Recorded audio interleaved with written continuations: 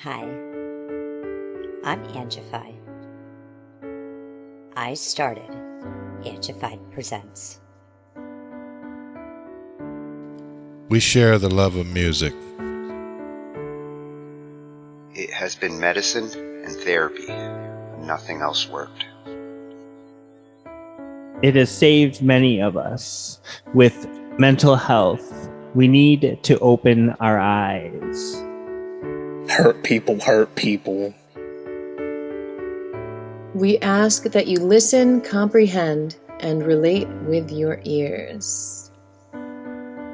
Form that heart of unity and one. We share on this stage. Statistics, feelings. And ourselves. We stand with the belief to be you, to be heard, and to be original. We all may be different, with opinions and beliefs.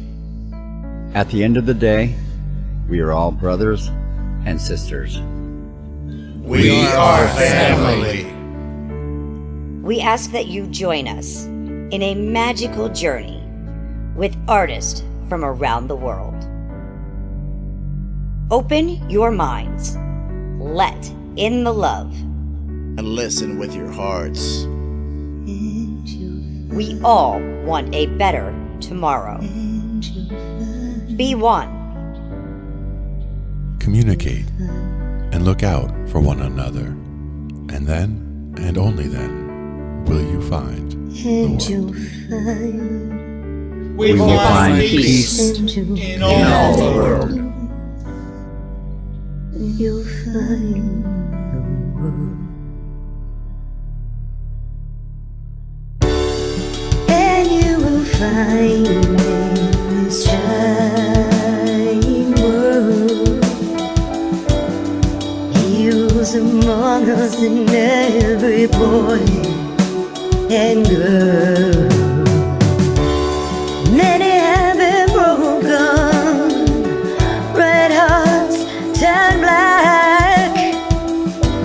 Love will melt the ice and turn it back, and you will find the world. You will find the world. You will find the world. And when you find a place called home, where everyone is free to roam, a whole new world, a better place for our children's futures at stake. And you'll find, with music in your soul, laughter in your hearts, together we can grow a better place, with love in us all. And you will find, together we can save it all. And you will find, and you will find a place called home, where everyone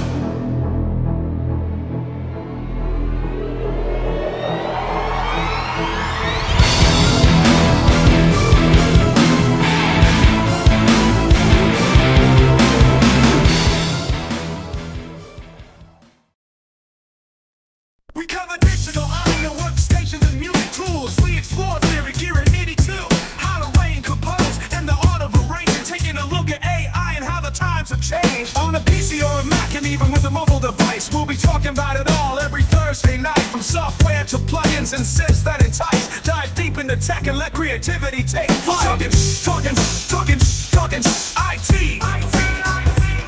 We're talking IT.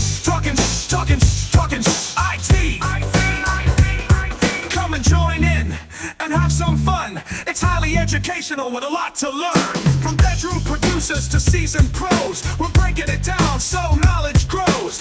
Whether you're a DJ or a beat making wizard, we got the tips and tricks to make your sound sizzle. Mixing and mastering, that's our jam, with the tutorials and tips on how much rap. Get the best quality from your setup and gear. Tune in every week and lend us your ear. We're talking IT. Come and join in and have some fun. It's highly educational with a lot to learn. We're talking IT.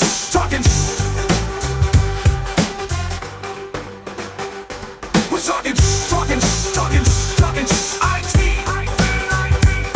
talking IT. Every Thursday night on Angified.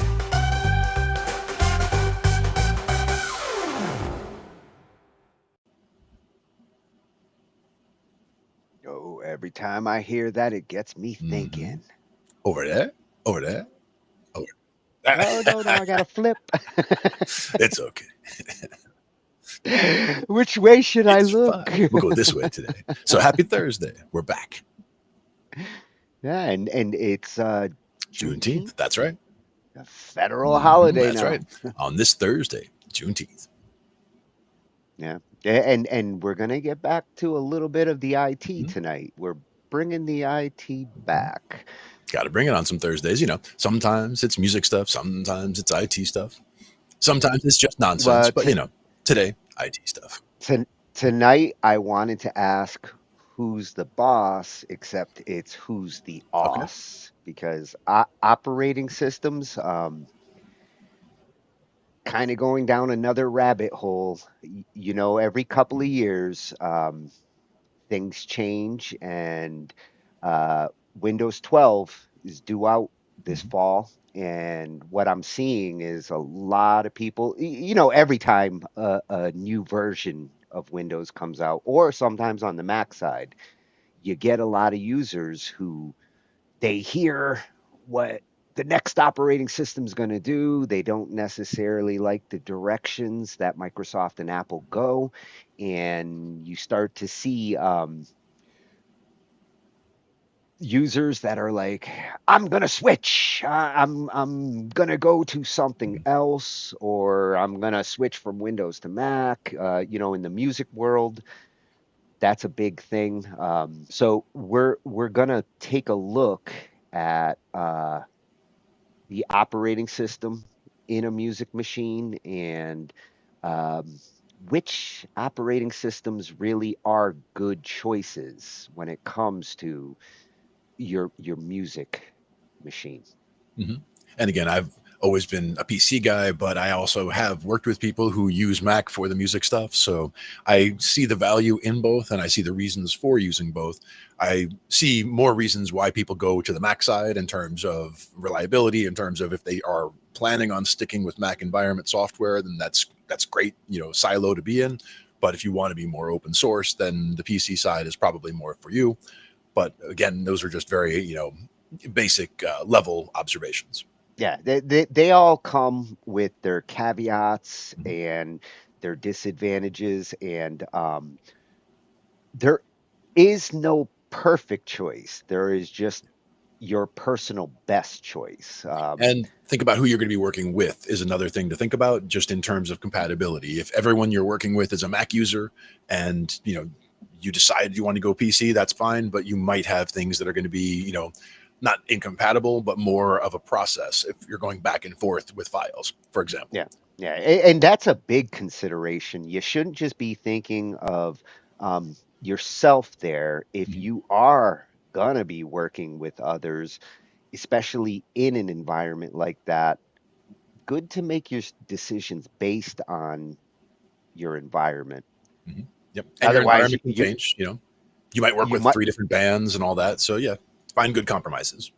Yeah, you can force yourself into a corner sometimes by going with something that doesn't necessarily jive with everybody you're going to be like moving files around with, and especially with DAWs, when it comes to recording software, there's only a few of them that are really taking care of each of these different operating systems, and we're going to see some of that tonight. You know, the one that has been in the back of my mind is Studio One Sure. and Presonus, and um, that's one of my most compelling reasons to consider the Mac side, the Linux side, and um, the DAW that I might use, because I really would like to get into their control surfaces and their hardware, Mhm. but it's not created equally across all the platforms. Sure. I mean, we used Personas out in Pennsylvania there, and we use it with a PC. And we mostly use Capture because we're just trying to catch studio sessions essentially when we're mostly out there doing live work and just catching whether it's a full drum kit or whether it's just around the room, everybody playing and a couple of mics in the room, just to try to get a studio capture that's not just a mic in the middle of the room, so that we're able to do some leveling and all of that, but not necessarily a full-on studio, a fully isolated every instrument session. But it's all there to do that. So we have the ability to do that if we want to, but we also usually just do it as using Capture to just get a rough capture. But we can use the tools in Studio One to do everything else with it after. Yeah, I like their approach of like how they deal with the capturing side of recording versus the production side, and how they separate them. Yeah, exactly. Because there's a ton of tools, and a lot of the tools that you would use in the post, processing would get in the way of what you're trying to do when you're just trying to do a quick session. And they're not the things you need to see when you're just trying to get these mics on and these things on the right channels, for example. So it's better to have an interface that is streamlined for this is mainly about getting it all in here, and then the other one is mainly about what you do with it once you got it. Yeah, yeah. I like that approach too. So let's see what we've got lined up for tonight. Mm-hmm. To the IT cave. Yeah, we're getting good at this. So, to get started, I've got two shorter, quick videos just to, cover what a machine actually is nowadays. Hardware hasn't changed drastically in our like lifetimes, but there are new things that kind of change the considerations. And for the first video, it's a real quick one on just what makes up a computer and the things that you should be considering when you like are getting one that apply to music. So as you can see there, like all of these things play a part in your music production machine. Now, one of the And, earliest computer certifications that you would get would be A plus certification, which was about basically basic computer knowledge, which probably this video will probably cover most of. yeah, well, this first one is just, like this hardware does this Mhm. hardware does that. Yep. It's nice and straightforward. And I think it's important when it comes to like how people perceive what hardware does. The reason why I wanted to start with that is because through the years, I've dealt with clients and people who kind of confuse what RAM is and hard drives Right. and now the GPU and the CPU. And um, I don't feel like they always understand like where these things play into, especially on a music computer, Yeah. where like what gets loaded where. And I hear people like, oh, I've got 2 terabytes of RAM. Uh, no, you don't. You have 2 terabytes of storage. And, it's always been that confusion of where things are being stored. And it's And, also and it gets more confusing as time goes on because even as we talked about the other day, a 6 terabyte memory USB key could technically be considered 6 terabytes of memory. I mean, it's memory, right? Because it's on the but it's not random access memory that disappears at the end of the session. Right. So and it doesn't work the same way. So it's not, it's not stuff that your computer can think about at the same time. That's more the way to think about working RAM. Yeah. And this channel is going to get a 2 for tonight because I did want to cover the hardware, which they do a great job of real quick. And then I wanted to cover the operating systems because that's really tonight's theme and what we're going to be focusing more on. The operating system is something that we sometimes take for granted or we get forced into it, not by choice, but by the fact that that's what came with the computer. Um, People don't always choose their operating systems. Sometimes their operating systems choose them. And And again, sometimes it's the environment. So, again, who you're working with and what you're collaborating, what you're expected to collaborate with can make a big difference in your choices here. yeah, and a big part of the discussion tonight is going to be about which of these environments is a better choice for a musical environment, because that's where we come from here. Yep.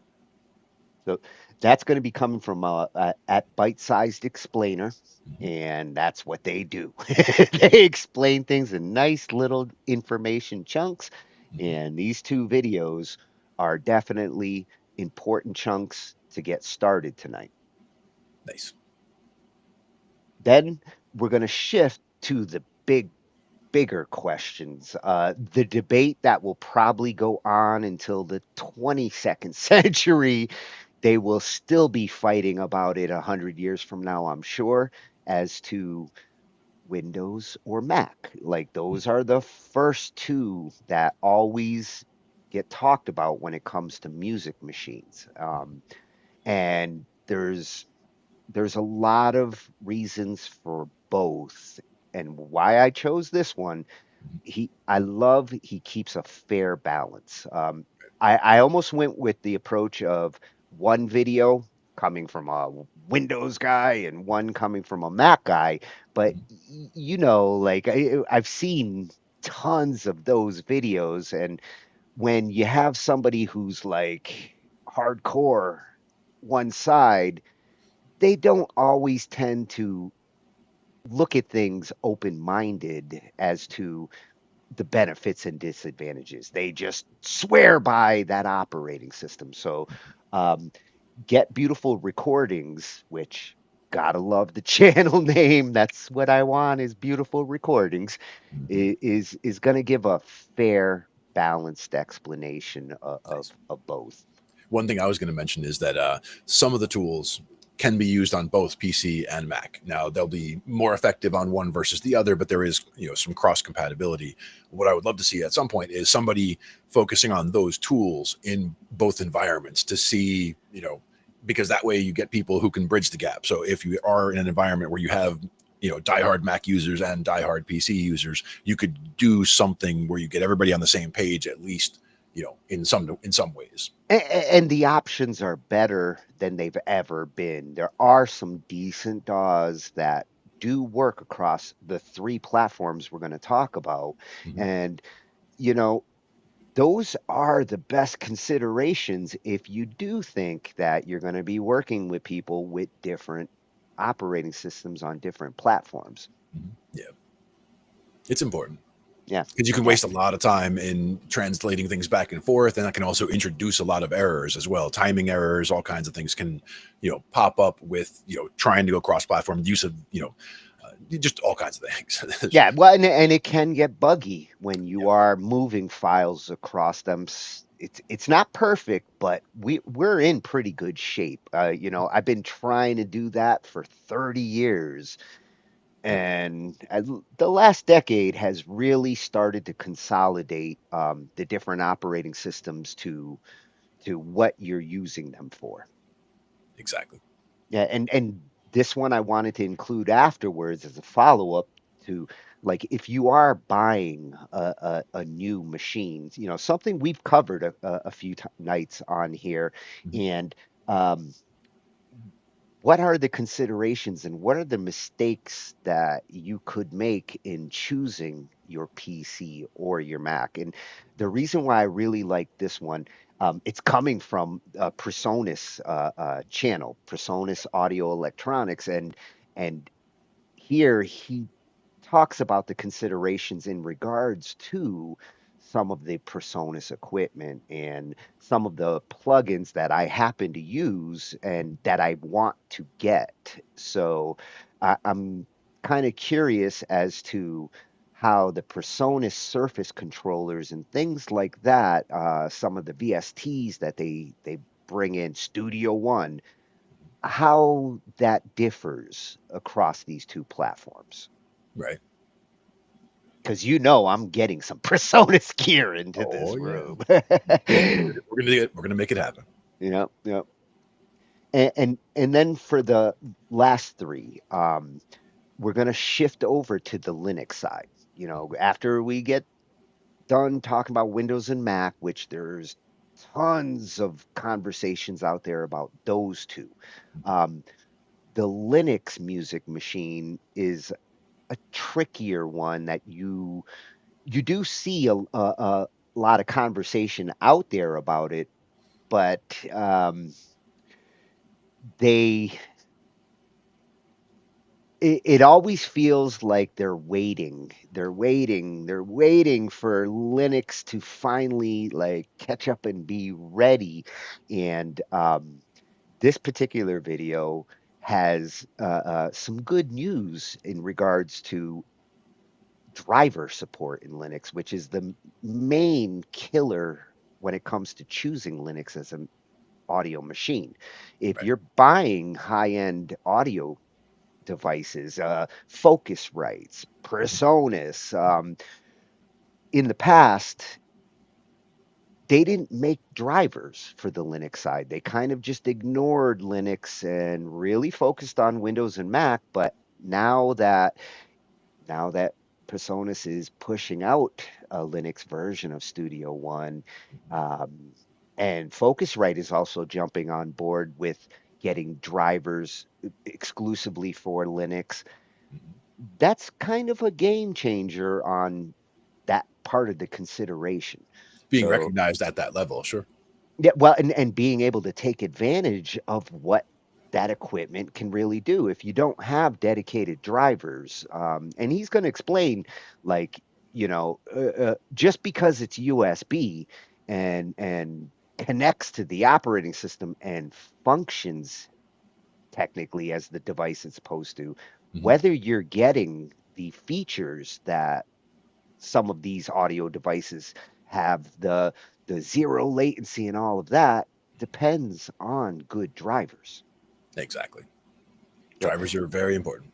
yeah, Michael Horn's going to be explaining that and giving us some news on this new support that you're going to start to see in Linux, which is going to have me setting up at least one Linux box Yeah. to really explore what it can do with music.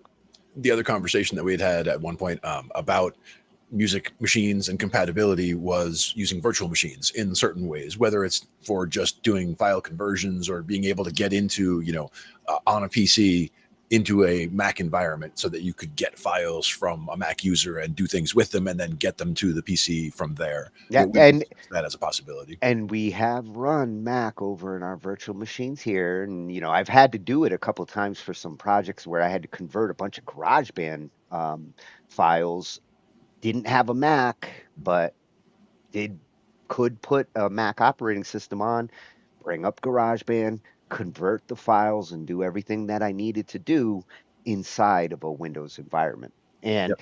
and after we get through that, and we're going to look at a little Kickstarter guide that Absolute Vending Machine put together on on getting a Linux audio production workstation and some software, some things that you're going to want to consider. He's going to mention the DAWs that are available over there and what you're going to have to do to prepare Mhm. to make a music workstation in Linux. Yep. because there will be tweaks, just like with any other machine. A Mac would need tweaks, a Windows machine would need more tweaks, and the Linux machine obviously would need some things in order to Yeah, get well, things going, right? the Windows definitely needs some tweaking, which we do have some past episodes just about that. Just about that. It takes episodes for that because there's a lot there. Yeah. Yeah, yeah.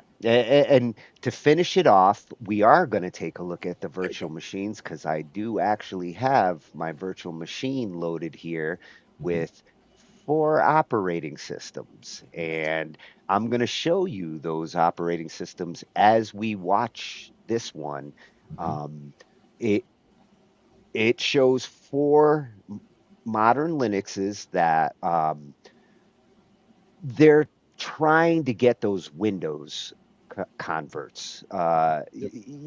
You don't see as many people convert to Linux from the Mac side. I mean, it does happen. It's not as common, Right. but the Windows conversion rate, every time Windows does come out with a new version, and every time Microsoft sets up new things that I don't like. I don't like being forced into a Microsoft account to log into my operating system. Mhm. Part of the reason why I go and look at these every couple of years is alternate operating systems for machines that I don't need all the bells and whistles of Windows. I'm not running like my Adobe software or, some of the exclusive software that you kind of can't run effectively on Linux. A general machine that's just for productivity, just for using the internet, I can't see why more and more people aren't switching to either a flavor of Linux or, the Chromebooks. These are For me, that would be the a Raspberry Pi. Even if you're just browsing the web, I mean, a Raspberry Pi. I use Windows as an arcade emulator, so I mean, there's all kinds of things you can do with something that small using some flavor of Linux on there. I'm sure. yeah, yeah, and the Pi Linux is an awesome, very effective, compact Linux. Right. Exactly. Because it knows that you're only going to be doing these things with this small amount of hardware. So there's very few variables for them to have to deal with. Yep. So Coding Byte's going to show us a couple of Linux distros that are really starting to get attention because they're they're Windows like. And not all of them are actually Windows like. As you're going to see, I'm going to bring them up.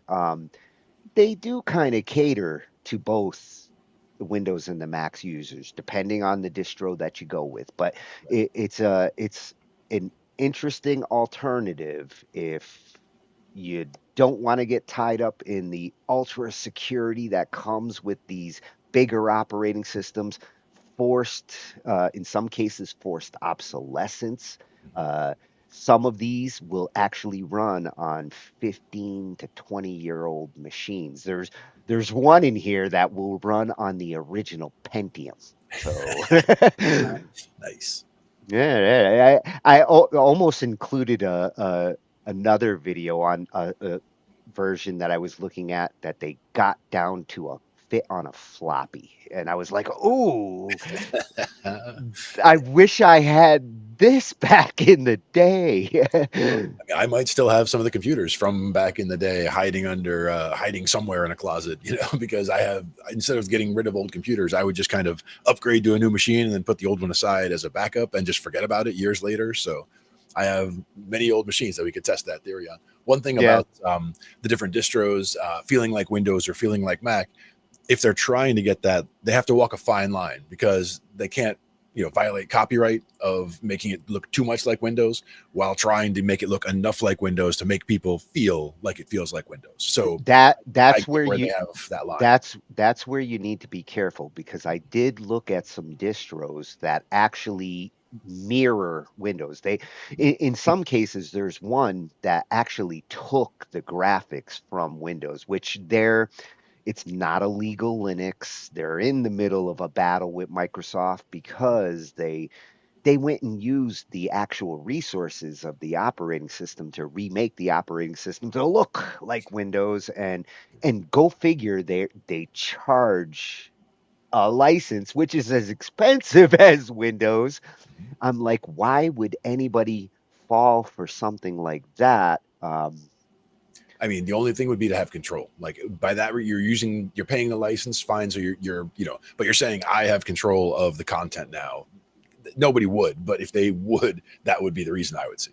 Yeah, I think a lot of the ones who are considering getting away from Windows now with Windows 11 and when 12 comes out is um, Microsoft is really starting to take control of your data at the hard drive level. They're pushing for everybody to use their BitLocker compression or their encryption and um, insisting that you synchronize your data to their cloud. And these are things that great to have those options. And I could see suggesting that to like business level users and people who really do want to have maintenance taken care of for them automatically like that.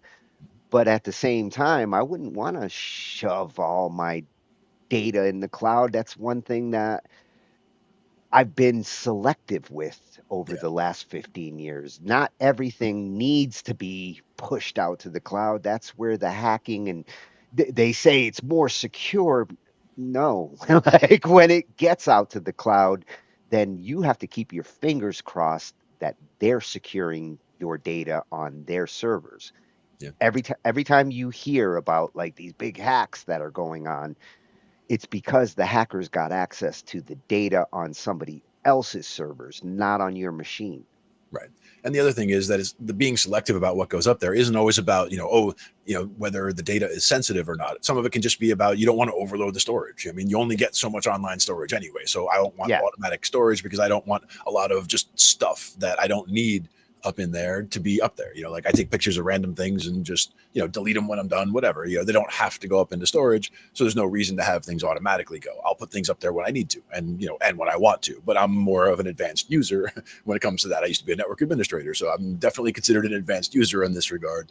And backups and all that kind of thing. We know how to maintain things in multiple copies, offsite, all that kind of stuff. And would you want to back up your multiple terabytes of games right to the cloud? Like, right. And when it comes to music, I have so many recordings of so many songs, like even just Grateful Dead archives, where it's multiple concerts of the same songs. Like if something goes, oh, we can deduplicate your hard drive. It's like, no, because I have tons of duplicates of things that I want duplicates of, So it's, don't help me. I'll do what I need to when it comes to storage. And for that, I would always use Winderstat.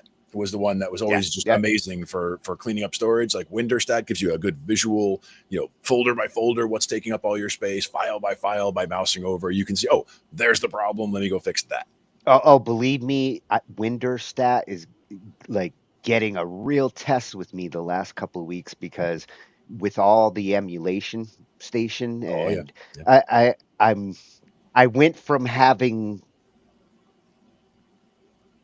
12, 20 terabytes of free space to I could use another 4 or 5 terabytes as I'm shuffling and organizing things. And Windows has actually been a real big help to figure out like it makes the job almost impossible without it. Like if you think about what you've done with Winderstat and then you look at how long it would have taken if you had to do that without it, I mean, you wouldn't even be able to, but trying to approximate what you would do with that is just, because of the visual nature of it, because the way you're able to see the data, it really does help with that, I think. Yeah. It's helping me to take some of those drives that like I just backed everything up. I don't delete data.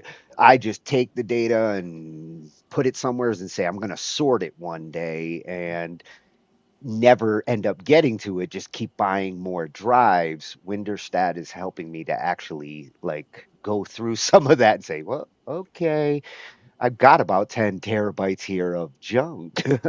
Even old PST files. Like I have old PST files from, the Outlook. Yeah, the Outlook files.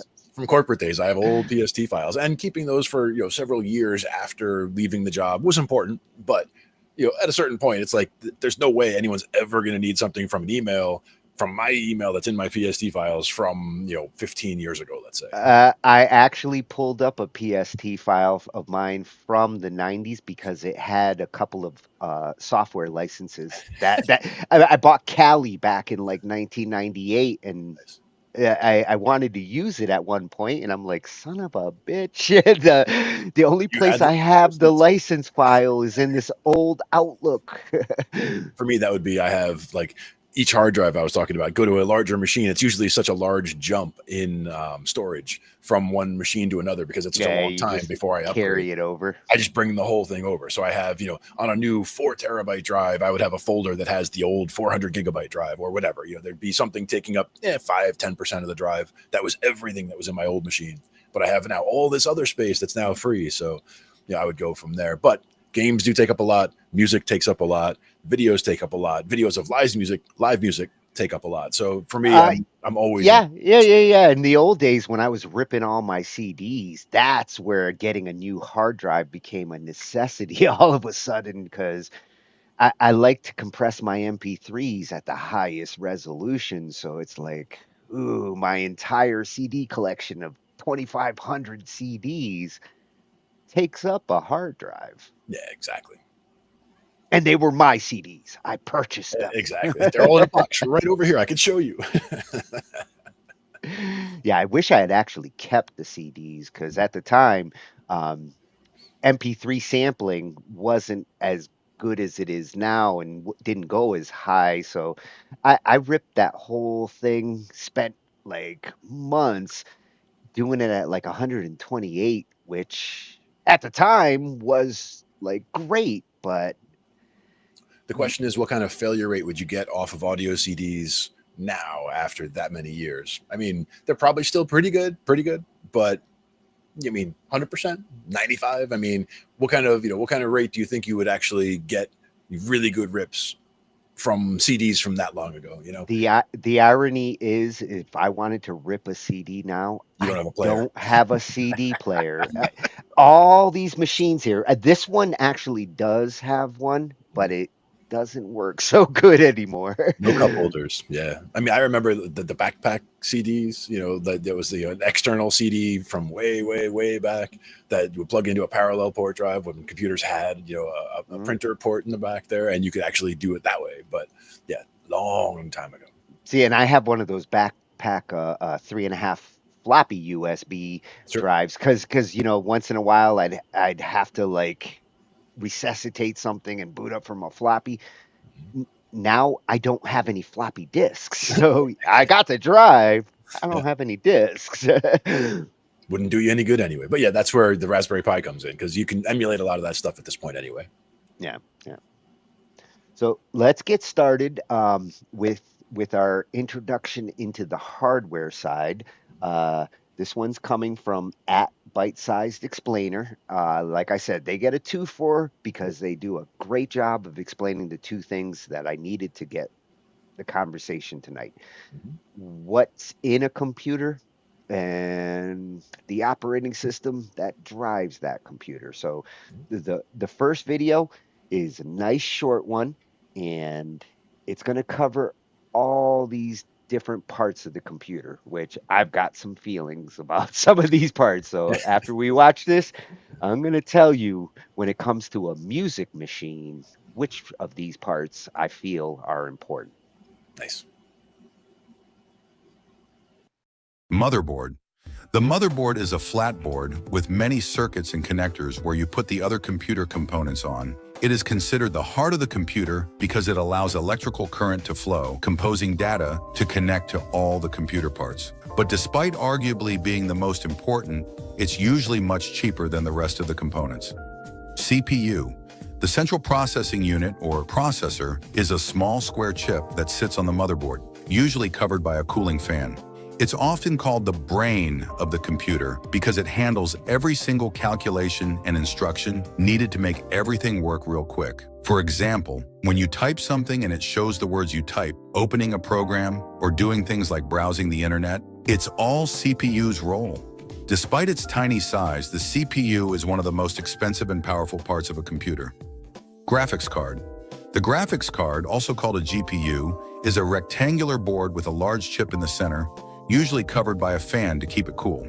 Unlike the CPU, the graphics card is designed to handle the graphics and visualization of tasks, like when you play video games or do video editing and 3D rendering. Think of it like the CPU as the logical thinker and the GPU as the artistic painter.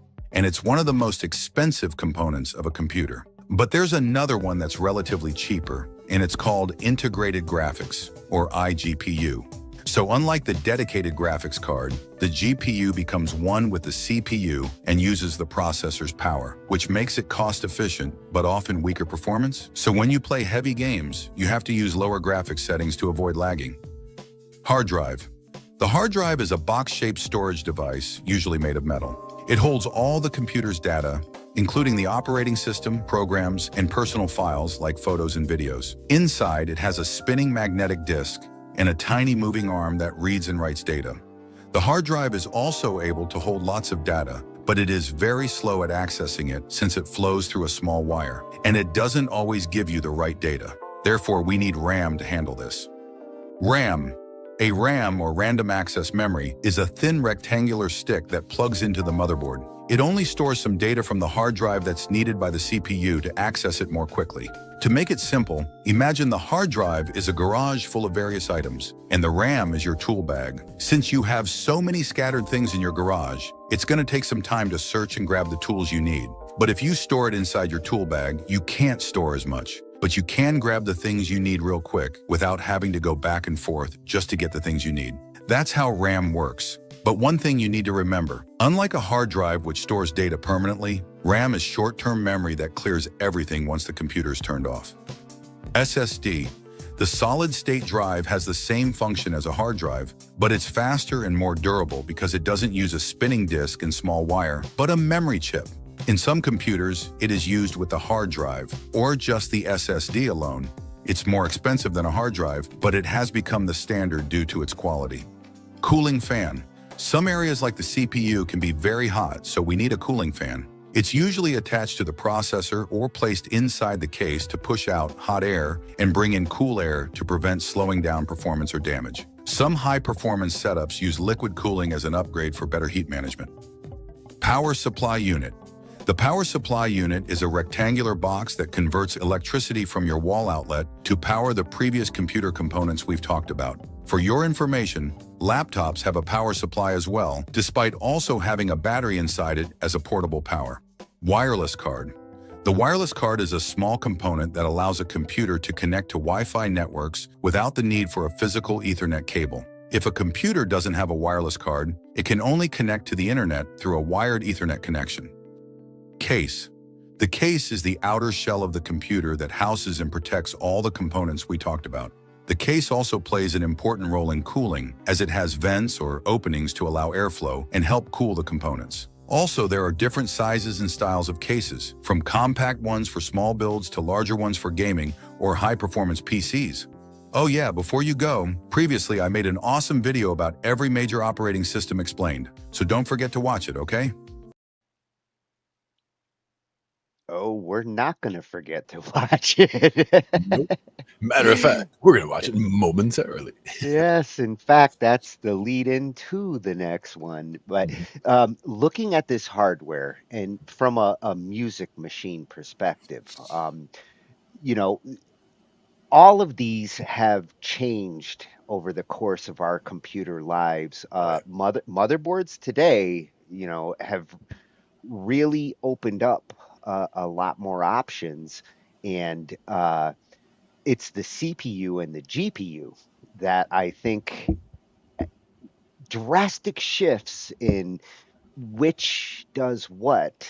But on a music machine, at least at the moment, don't get caught up on the GPU if you're focusing on a music machine, unless you happen to also be a gamer. If you want to get like one of those machines that serves both music and gaming, the GPU's a really important consideration on the gaming side. That is definitely my lane because, I want audio performance, but I also want gaming performance. So, you're getting the GPU, getting a good CPU, getting enough RAM. These are all important considerations when it comes to, picking up your machine in the first place. Well, and if I was building a dedicated music machine, not going to use it for gaming. Yep, not worried about the GPU, yeah. The integrated graphics they're talking about there, what you save, which is going to be hundreds of dollars in some cases, Mhm. you can actually focus on other elements here Mhm. rather than spend on a like sick NVIDIA card that's not going to give you any benefit musically. Now, high performance storage would be a good consideration in terms of whether it's, whether it's just a high amount of RAM or, as they were saying, a large SSD, or whether we're talking about high performance platter drives. Having, Absolutely. yeah, I would substitute what I saved on the GPU because I just want to make music yep, towards the SSD mhm, and the RAM. right, Those two in the music world, RAM 16 gigs nowadays is your bottom end. You mhm. don't really want to go lower than that. I don't think I would And go under 32, but that's just me. Yeah. yeah, yeah, with the amount of samples that I load sometimes, especially on a lot of tracks, 32 kind of becomes a necessity because then it starts going into like, using the hard drive as pseudo memory, which Mhm. no good. You're going to lose performance there for sure. Yeah. Yeah, yeah. So, I would still recommend a platter hard drive because Mhm. if you're a music machine, you're gonna eventually have a lot of files. If you're like me, my music projects folder is terabytes. Yep. So I put my projects on a platter drive, cheaper, a lot more space. I can make multiple copies if because I like to keep at least two copies of projects. Yep. Um, but the SSD should be your system drive, and 1 to 2 terabytes nowadays for that, Mhm. nice and fast. Mhm. That's where the heavy lifting of the operating system is going on the SSD. Yeah, and it's also important that a lot of people don't realize that it's not just okay. I'm just going to get one big SSD and just throw everything on it, and then wash my hands of the whole thing and be done with it. The main thing is your operating system drive being separate than your work drive, and ideally separate than a scratch drive. Like you could have separate drives involved for these things, so that one could be spinning up looking for something, while the other is spinning up looking for something else, Yeah, rather than one drive having to fight its way through three separate tasks. yeah. What I love about these new MSI motherboards that I've been Mhm. hooked up with, Yep. they have two SSD slots. Yep. So, in the case of my music machine, I got a 1 terabyte for Mhm. my system drive. Windows is happy, plenty of space for programs to run on Mhm. that, and then I have another terabyte as a data drive Mhm. SSD, For and the important stuff, and yeah, then well, additional that's storage. Yeah. that's where I put the VSTs. Yep. The samples that I load, they load real quick from that secondary SSD, and I don't even need a platter in that machine Mhm. because that machine's hooked to my network, and my platters are all sitting on my server. So it's a great way to work fast Mhm. and archive off to the network afterwards. Yep. And for me, that second hard drive, the second terabyte in there on the solid state, would be the one that would be my main gaming drive, like the main drive that I Yeah. would run, whatever games are the ones that are most intensive in terms of hardware requirements. Like those would be on that drive, so you get the best performance from your system being on this first solid state drive, your machine or the drive that you're running off of being on the second one gives you best performance. And that's the setup I have on the new gaming machine I just set up last weekend. Where, like the second SSD is where all the games are going, and it's nice and happy. The Mhm. games are on a fast drive. The operating system's not getting cluttered up with a terabyte of games, and Mhm. it's a good setup. Now, Nice. now the cooling fans, that's another one that like you remember the days where like we had like one fan like sitting on top of the CPU and then maybe one case fan and that was enough. Oh yeah. Well, my friend likes to tell a story about one of my solutions, and this is just kind of a thing about the way I fix things. But like one of my large tower cases, right? One of the full size tower that you could like strap wheels on and drive down the street. Like it's that big of a case. I've got an Alienware one Yeah. that's It fits that was. description. As a matter of fact, it was right before Alienware bought Dell, or they were just working on that. So it was still Dell branded, but it was the XPS. So it was the high end, the Dell XPS tower at the time. Anyway, the machine was just like, I was thinking about going liquid cooling and all that, but it was regular cooling, and the fans, gathered so much dust over time that they quit at some point, and the power supply died is usually what happens. So you usually want to replace the power supply. In this case, I discovered that it was only shutting off when it would overheat. So I discovered if I just took the side panel off and took a little, fan like you would have in your window, An actual fan. and sat it by the piece and like had it blowing in, then the machine would run fine because there's enough airflow. It wasn't forced airflow in the machine, and it's obviously not the right solution, but it worked. So you are hardcore. and that was okay. I was able to then limp along and get the machine working to get us to the next, to get me to the point where I could then order the new machine from the old machine, rather than just having the old machine be dead and have me have to go figure out, a computer without having a computer to do it on, Yeah, what I've noticed when it comes to the fans, especially with these newer machines that I've got, in some cases, I've got fan overkill. Like there's more fans than there needs to be. Right now, I have not dealt with overheating, except on the GPU side. But that's when the fans on the GPU start failing, and that's a different kind of fan problem specifically for the GPU. We used to have problems with people clogging or putting things on top of the exhaust vents and things like that. Just things where they would not work with us to make the machine work well in a corporate environment, where they would stack shoes against the machine and break connectors off the back or whatever. The computer was not considered an important piece of equipment down there. It was just something that was under the desk and something that they would just kick other things at. So that was kind of problematic in that regard. And when it came to the fans, what I would love to see is getting a new machine. I would love to get as a second thing in the bag, because fans are ridiculously cheap, right? How much would it cost for an extra one of every fan that's in the machine? Maybe not the one that's on the cards, but the ones that are case fans. Because that's one of the things that after a year or two, if you could just replace those, you would get so much more life out of the machine. And considering what you're actually preserving there, it's much cheaper to replace a fan than it is to replace an NVIDIA card. And that's where just figuring out where to get, 120 millimeter fans or whatever size you need, for the different things, like, get a stack of them. And that way, before they become a problem, you get rid of them. But when you were mentioning too many fans, in the BIOS on the MSI motherboards, they have fan control to the level where you can have all of them running essentially with AI control, or they can all be automatic or at certain temperature thresholds where you can set things to have them kick into higher speeds at certain times. You can, have them go forward or reverse depending on if you want things blowing this way or that way. There's certain considerations that you would have for airflow. That might be, dependent on where they are. Like if it's under your desk over there, you might prefer to have things blowing more out the back than out the top or whatever. Well, and not to jump to the last one, but it also depends on the case, because like these last couple of machines that I've got, my brother went with these big cases. They look like mini fridges. And I love those. Yeah.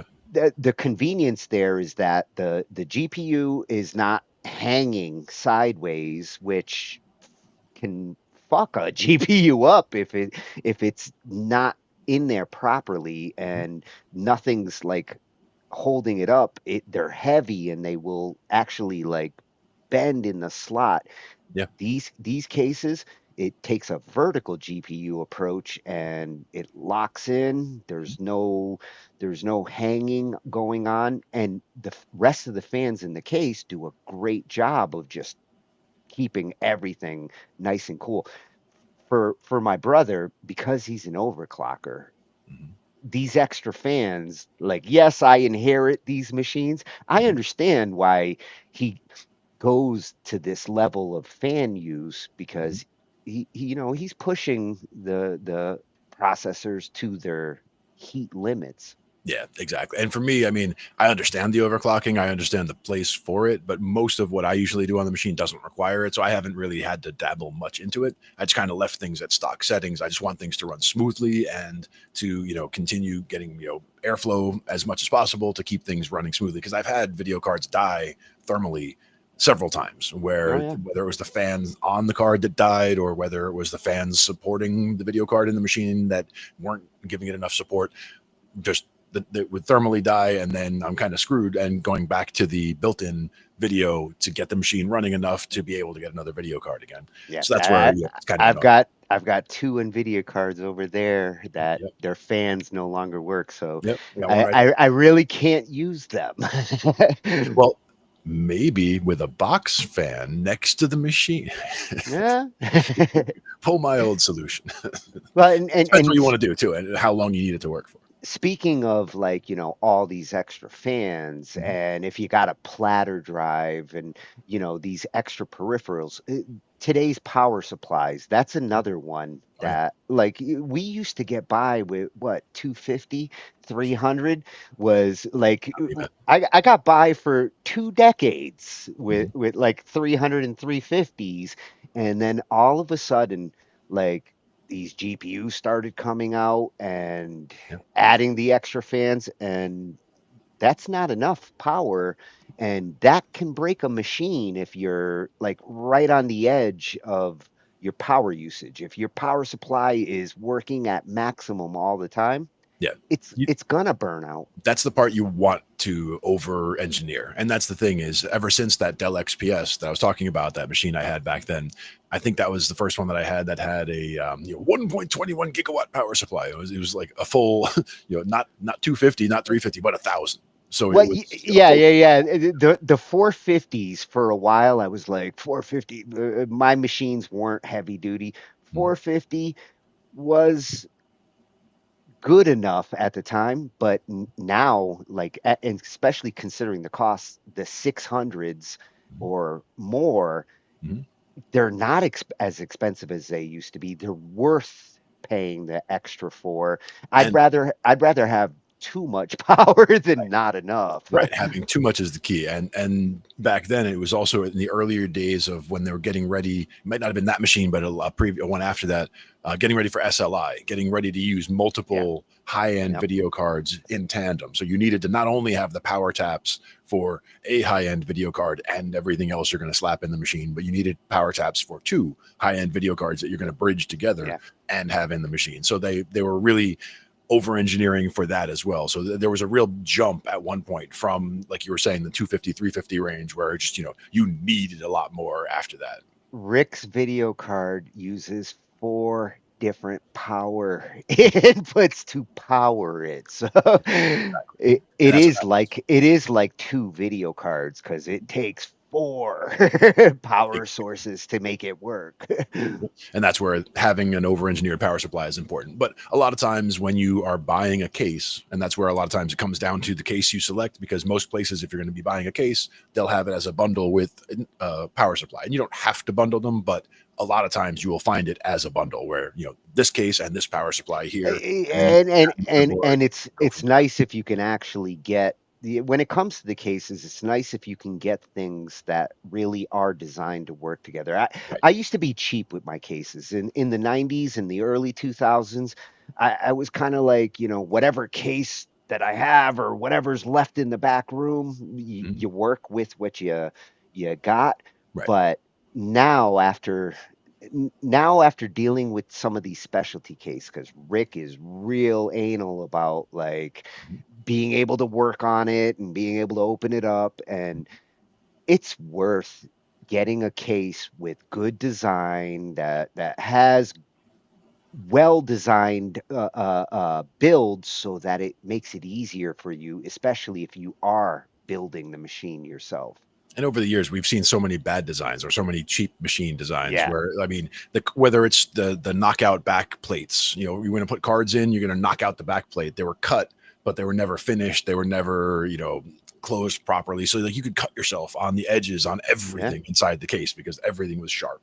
What used to piss me off with some of the Dells and the compacts for a while was that I had to go get a manual to figure out how the hell to get to this part in the machine. We had the same model of each one for so long that, we do every trick for everyone. The laptop's the same way. Like somebody comes in like, how do you open this IBM laptop? And it's like, here, and like Yeah. you're good. It's like When how you're in the time. know, it's good. But when you're like dealing with a machine that a client like, hey, I need this Yeah. fixed, and it's like, okay, how the hell do I get into Yeah. this box? They were actually their website wasn't bad, I will say, for getting information on a specific model like that, because I could see, somebody bringing in whatever kind of workstation and going from there, and the manuals would help for that stuff. But a lot of cases, the ones that I liked, the case designs, are the ones that were toolless, so you don't have to go find a Phillips. I mean, Hmm. we always had Hmm. screwdrivers. I mean, you can't be a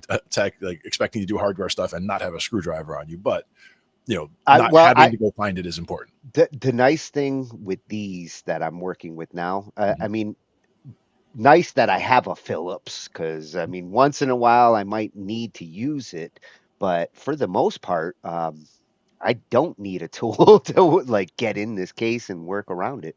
And even the cards, like with some of them, they had a good design where it was a locking lever where each card you would pop open, you could pop a card in, and then instead of having to screw it down with a Phillips head screwdriver, you would just be able to plop this lever down and it would lock in. And it was a good Yeah. tight lock. So a case that was well designed like that, to me, was a good thing. A toolless case that would have good airflow, good fan, good space, all that kind of stuff is important to Yeah, consider. it's worth putting the extra money in and getting something good. Plus, if you are doing this for a music machine, Mhm. the noise ratio, Yeah, like yeah. what's coming out of that case as far as noise and things like that will matter. Yeah. So you should actually look for something that's going to complement your music machine and be nice and quiet. Mhm. The one thing here that I don't consider as important, the wireless card, yes, I a music machine should have internet. Every machine should have internet. You need to do updates. You need to um, be able to connect to the internet, or if you're working on BandLab, you're going to need to be able to get to it. But at the same time, I wouldn't say that internet access is an absolute necessity for a music machine, because you go look at the machines in studios out there, the big studios, uh, chances are none of those machines are directly connected to the internet. They connect to it when they need to do the updates, and they Right. disconnect from it because these are production machines and they don't need the internet coming in and mucking things up. Right. You don't need updates coming in unscheduled. You don't need to be a hacking target. It's not that it's that critical that it's, not accessible, but by not being on a network, no The one's coming in and, denial of service attacking at you, for example. the one thing I would say is, if you're gonna have to connect it to the internet to do those things, wired, Yeah, because exactly. wireless definitely will cause some problems with certain music situations. I've heard countless times that people had to disable certain functions in their wireless, or completely disable their wireless, Mhm. because they were getting dropouts and Yeah. weird clippy noises in their recordings, and it turns out it had to do with the Wi-Fi polling. As, hey, is there a Wi-Fi, is there a Wi-Fi? Yeah. And I've seen it If on that's somebody else's music. interfering, if Yep. that's interfering with your recording software, turn it off. Exactly. And it can be as easy as just going into the device manager and disabling the wireless card. Like you said, it's a very simple solution. You're just going to the root of the problem and saying no. And then hopefully that takes care of it. But that can give you error messages and other things. So that is one way of testing to see if that is what is the problem, though. Yeah, yeah. If you do happen to have a music machine where you're getting these kind of anomalies and you're not sure what's causing it, and you've tried everything else with your audio interface, different bit rate settings, and Mhm. nothing seems to work, go try disabling the Wi-Fi, because that's a very common problem that's been around for a while. Another thing I would suggest is it could be hard drive access time. If you have an old hard drive, you're trying to do Yeah. music on an older machine, because I have seen people that are trying, brand new software, everything's great, the hardware is brand new, connected well, but it does give those audio, like you're saying, it's like crunch noises or whatever it was. And in this case, it wasn't a wireless thing. Somebody thought it was a cell phone being too close to an unshielded connection, which could also, Bluetooth can yeah, also be a culprit there. oh yeah, So if you've got these things turned on and you're not using them, Mhm. eliminate everything that you Yeah. can so Yep. that you can narrow in on exactly where the problem lies. And one to test for that access speed thing would be if you get a newer USB stick, for example, and use that. Let's say put a project on that and see if it happens when you're accessing the project from there, because that could tell Yep. you if it is the hard drive that you're trying to access from that just can't handle the throughput. You have 12 tracks on there; it's trying to read 12 MP3s at the same time. Shouldn't be a problem, but an old enough hard drive could have access speed issues that give you Yeah, the. yeah, yeah. When you are dealing with multiple tracks in a DAW, like I mean, thankfully I've been solid state now for good 3, 4 years with these new machines. Yeah. When I was dealing with platter and I'm dealing with 20, 30, 40 tracks as the tracks build up, Cakewalk shows me like the Mhm. hard drive access and the CPU usage. And when you're hitting like 80, 90% on the hard drive writing, problems are gonna happen. Yeah.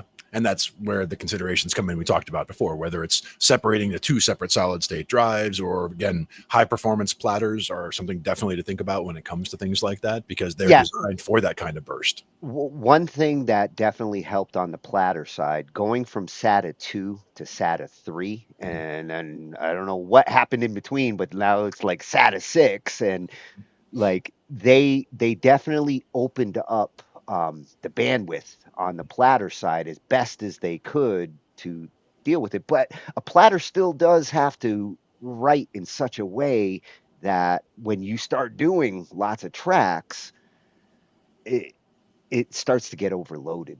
Yeah. And I mean, there were other solutions in the past for servers if you needed high speed. I mean, you can go to a RAID solution where you're trying to RAID, write to a striped set of drives where Yeah, you actually have multiple hard drives going through multiple hard drive controllers, doing all the writing so that you can that exceed speeds. But that's how I got through 1998 to like 2004 mhm. is SCSI striped RAID. Yeah. I mean, again, that's there's different levels of RAID depending on the security you need, but the idea being if you're trying to maximize the amount of write, burst that you can do it, that is one way you can do it. Yeah, yeah, yeah. Back then, striping drives and writing simultaneously across a bunch of them was the only way to like get things to go faster. Thank God that like solid state and all these things came along because it was a pain in the ass to set up, and blue screens of death were a given. Oh yeah. But I mean, they were at the point, if you were doing the RAID with, the right level of security, then a drive fails, you could just literally pluck the drive right out, pop another one in, it'll Uh, rebuild slow that down. depends on the type of raid you're doing That's what I said, because is if you're using that uh, type of RAID for I, that. I, I've done 0+1 and I've done striped, and you know, um, doing it for speed Mhm. was like compelling to me. Sure. Doing it for mirroring and backup was also compelling, but for a different reason. Right. It's And that was like the compelling side for what we were doing, is like we were less concerned about the speed. We were more concerned about having our data no matter what. So it's, I, I you want wanted I copies, you wanted want my copies. machine to go as fast as possible. I Right. wanted my clients' machines to possibly be mirroring because if their drive dies and it's like, oh my God, our whole business All the just financials. disappeared. Yep. So now that we know what's going on inside the computer, the operating system is the other half of this equation. Mhm. Yep. All that cool ass hardware really doesn't mean shit unless you got an operating system that knows how to take advantage of it. If you're running all this stuff, say on a Windows XP machine or a Windows 7 machine, Mhm. it's not really going to know how to take advantage of all that great stuff. Yep. And And, that's and, why people complain about what they call planned obsolescence, or the fact that their new machine, especially a Mac, going a certain, beyond a certain update, all of a sudden it, is a brick. You can't use it anymore after a certain point. And it's not only Mac, but it's one that is specific to Mac in terms of hardware being a very hard limit. Like you go to this well, point, and it's going to be a problem. yeah, yeah. In some cases, the operating system makers are kind of forcing the obsolescence, not because there's a problem with the hardware. And I am looking at you, Apple. You want us to buy new iPhones every year. You want us to buy new MacBooks every year. Um, the truth is even those like 8 to 10 year old MacBooks are still solid as hell. The hardware still is very functional, and just because it doesn't play nice with your latest greatest operating system, because that's what I don't like on their end, is as they come out with their new operating systems, they deprecate certain models. And they can do that because their operating systems run on proprietary hardware, and the proprietary hardware runs on a proprietary operating system. And Closed getting this environment. latest version to work, you either got to jailbreak it or hack it, or you just got to accept the fact that like I can't run the latest version with some fancy name because my machine's 6 years old. That's not an acceptable. Um, At the same time, I get the whole thing. Like the iPad that I had for a long time, I had GarageBand on it, loved it, could use GarageBand on it, no problem. Got to a certain point where this is the one with the big fat connector for power. So this is like before they went to the newer series of connectors, but even before that, Yeah. so it was like the older iPad. But at the time, it was working great.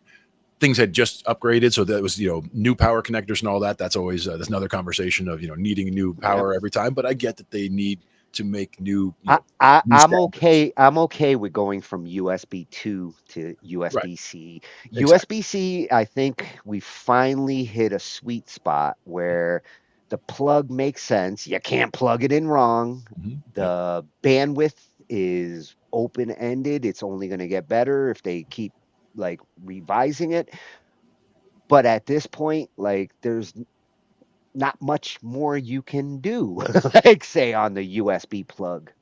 Yep. And that's the thing is, the way it was back then, we were using GarageBand, and then you get to a certain update, and then you can't go beyond that. So you can no longer upgrade the software. So now you can't use GarageBand anymore, or whatever it was at the time. And that was where you get to a certain point in the hardware where they're trying to send hardware controls that rely on you having a machine that is at least this new. And if you can't get to that level, be at that level, then it's like the bar at the amusement park. You must be this tall to ride the ride. You have to have a machine that's this new in order to run the newest stuff. Like you need a card with, the newest graphics, for example, in order to run the newest games. It's just one of those things where you're going to get to a point where you can't use the old machines anymore. And as long as it's not like an every year thing, as you were suggesting, Yes. that's the To be fair, 5, 6 years of a good machine.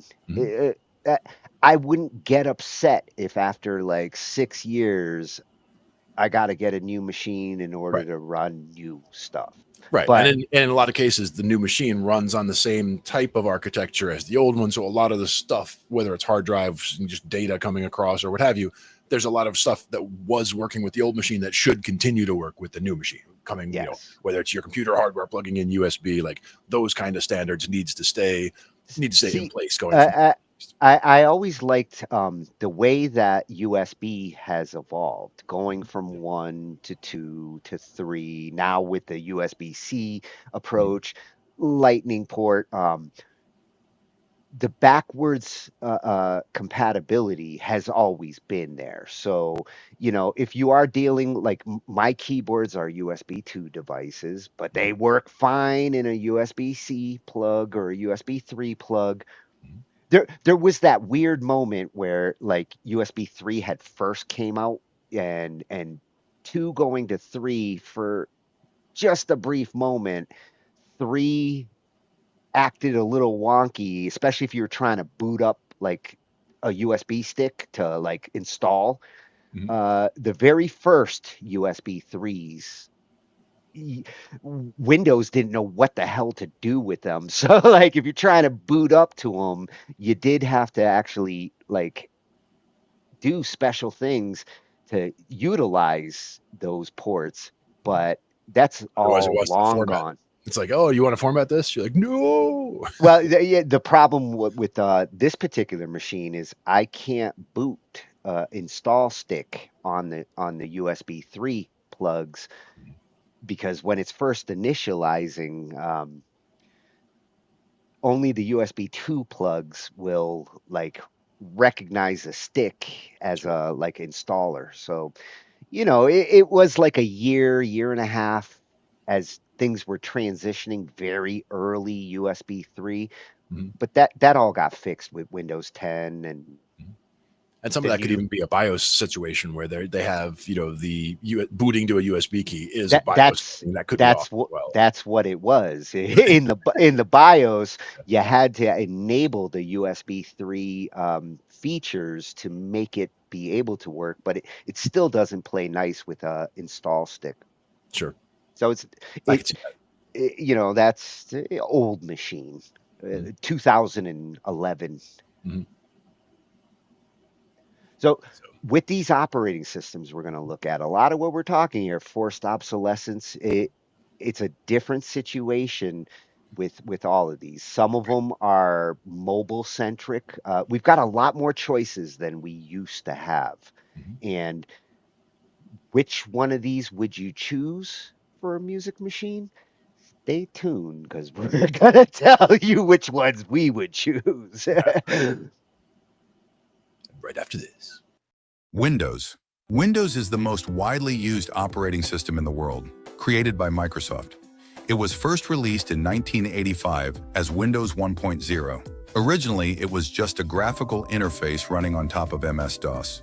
Everything looked very basic at first, but over time it evolved into a full-fledged operating system, with major versions like Windows 95, Windows XP, Windows 7, Windows 10, and now Windows 11. What makes Windows stand out is its versatility and widespread compatibility. Windows can run on almost any PC or any laptop brand, and it's capable of various computing purposes, from hardcore gaming to office work, and even programming as well. And Windows OS has a user-friendly interface, making it easy for beginners. However, Windows can be troublesome as well. Its hefty system requirements can make older or weaker hardware feel sluggish. It's also infamous for frequent updates, which, while meant to improve performance, often feels intrusive, and sometimes it can lead to an infinite Windows update loop. Security is another concern. Because Windows is the most widely used OS, it's also the biggest target for viruses and malware. And of course, there's the legendary blue screen of death. In fact, this problem has been around since Windows 1.0. Mac OS. Mac OS was introduced in 2001 by Apple as the operating system for Mac computers. Unlike Windows, which runs on various brands of PCs, Mac OS is exclusive to Apple devices like MacBooks and iMacs. This tight control over hardware and software makes Mac OS extremely stable, smooth, and well-optimized. It's especially popular among creative professionals, including video editors, graphic designers, and even musicians. It's all thanks to Apple's powerful built-in apps like Final Cut Pro, Logic Pro, and GarageBand. One of macOS's biggest advantages is that if you own an iPhone or iPad, macOS lets you sync messages, calls, and files seamlessly. Also, there are no frequent forced updates or crashes like Windows. And the battery can last longer as well. But despite the advantages, macOS has some downsides as well. Since it only works on Apple computers, users are forced to buy expensive Mac hardware, which can be a deal breaker for budget-conscious buyers. Another major issue is gaming, because macOS devices don't have DirectX and powerful GPUs or graphics cards. Additionally, some professional software isn't available. If available, it's a limited version. Linux. Unlike Windows or macOS, Linux is not a single operating system, but a family of operating systems known as distro or distribution. It was created in 1991 by Linus Torvalds, a Finnish software engineer who wanted to make a free and open source alternative to the other operating systems. Unlike Windows, which needs high system requirements, or the expensive macOS devices, Linux is lightweight, secure, and doesn't require expensive hardware, which is why it can run on many older computers and high-performance servers. And since it's open source, anyone can modify or build their own version of it, which is why there are many Linux distros. Some are designed for regular users, like Ubuntu and Fedora, while others are built for servers and professionals, like CentOS and Debian. This capability made Linux widely used for programming, cybersecurity, and server management. In fact, websites and some powerful computers of Google, Facebook, and even NASA's systems run on Linux servers. However, Linux is not beginner-friendly. Since it's very different from Windows and Mac OS, new users often struggle with its interface, especially because many Linux distros rely on text-based commands instead of graphical menus. Another issue is software compatibility.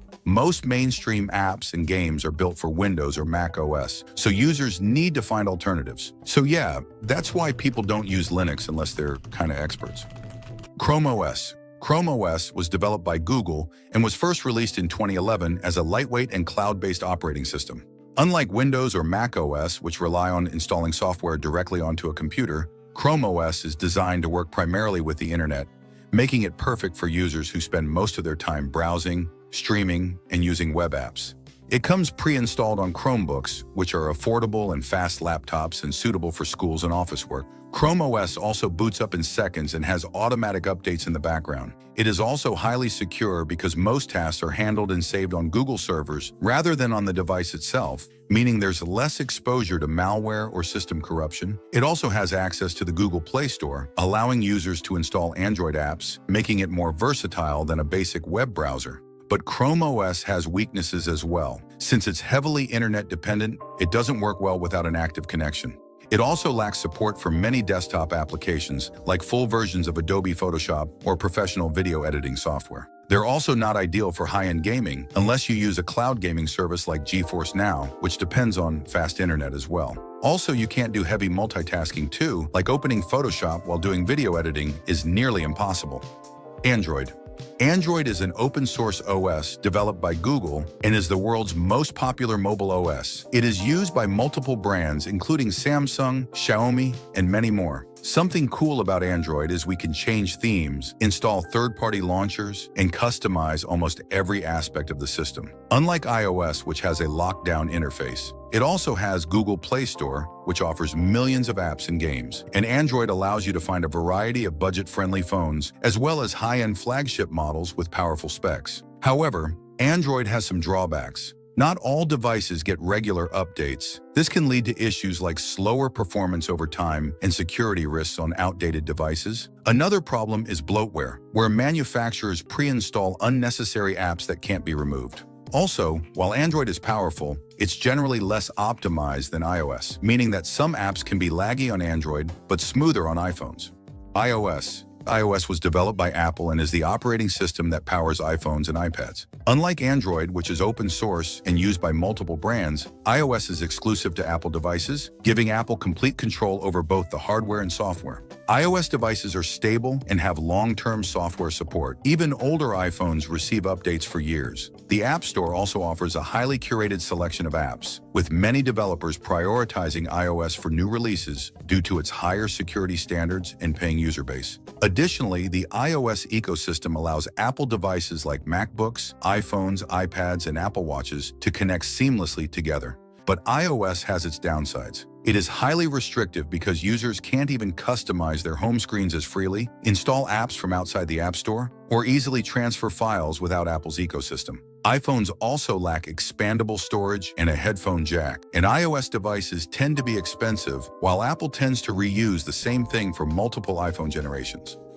Unix. Unix is one of the oldest operating systems and the one that gave birth to many modern operating systems. Originally developed in the late 1960s at Bell Labs by AT&T, and it was designed as a multi-user, multitasking OS, mainly for servers and high-end computing. Unlike the popular modern operating systems, Unix is rarely used by everyday consumers. It's usually used to handle large workloads of big corporate servers, banking systems, and scientific research. For example, the National Weather Service uses Unix-based systems to manage and process massive amounts of meteorological data, which are essential for weather forecasting. By the way, Unix installation is very expensive at $1,407 for every user. This means that if you have a big company with 250 users, a full Unix deployment would cost more than $350,000. BSD, Berkeley Software Distribution, is a family of operating systems that originated from Unix, developed at the University of California, Berkeley in the 1970s. Unlike commercial operating systems, BSD is usually used by tech experts for servers, networking, and embedded systems rather than consumer laptops or desktops. Examples of BSD-based operating systems are PlayStation 4 and 5, Netflix's content delivery network, and also firewalls like pfSense and OPNsense. It's all because of BSD's efficient resource management and its ability to handle a lot of work. By the way, BSD has several versions, including FreeBSD, OpenBSD, and NetBSD.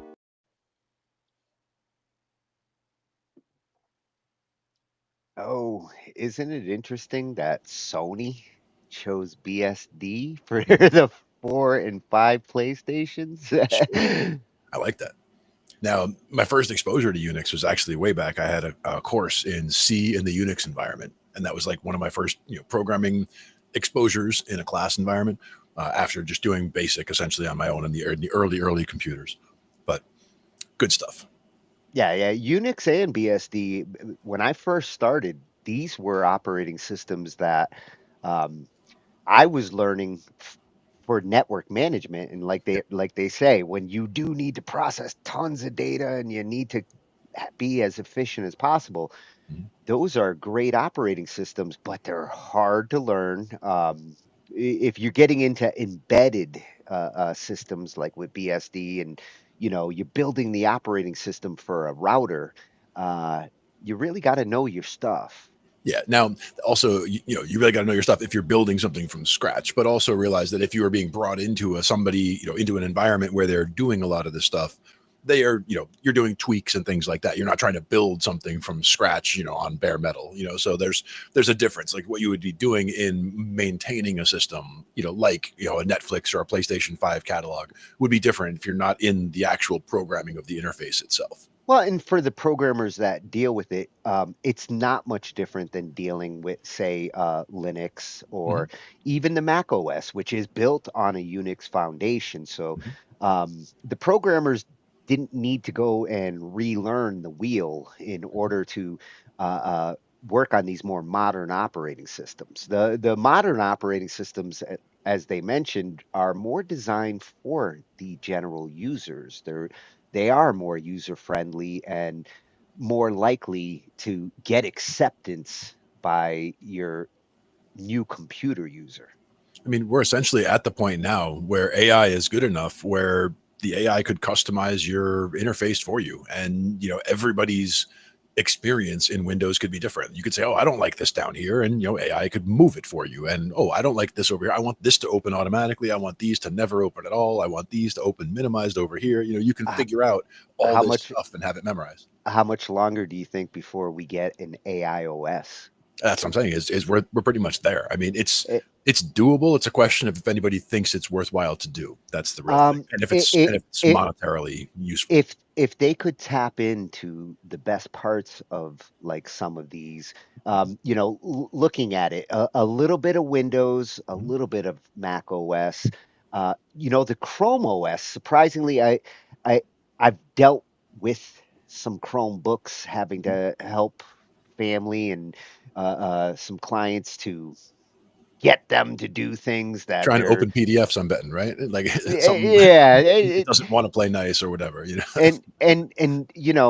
Between the Chrome OS and the Android OS, you really are dealing with the same situation there. It is highly tied to Google, Mhm. just like Mac OS and iOS are highly tied to Apple. They have their Um, siloed ecosystem. Yeah.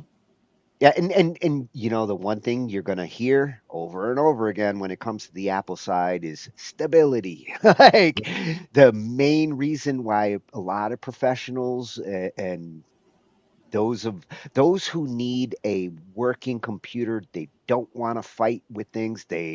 Blue screens of death, yes, was a real thing, but to be fair, I haven't seen a blue screen of death in over a decade. So Mhm. it's more like the legends of the blue screen of death these days. Yeah. I've Uh, been doing this stuff back since we used to get the actual blue screen of death. Yeah, I think Windows 7 kind of was the shifting point because Mhm. I saw the blue screen with XP. Oh Like, yeah.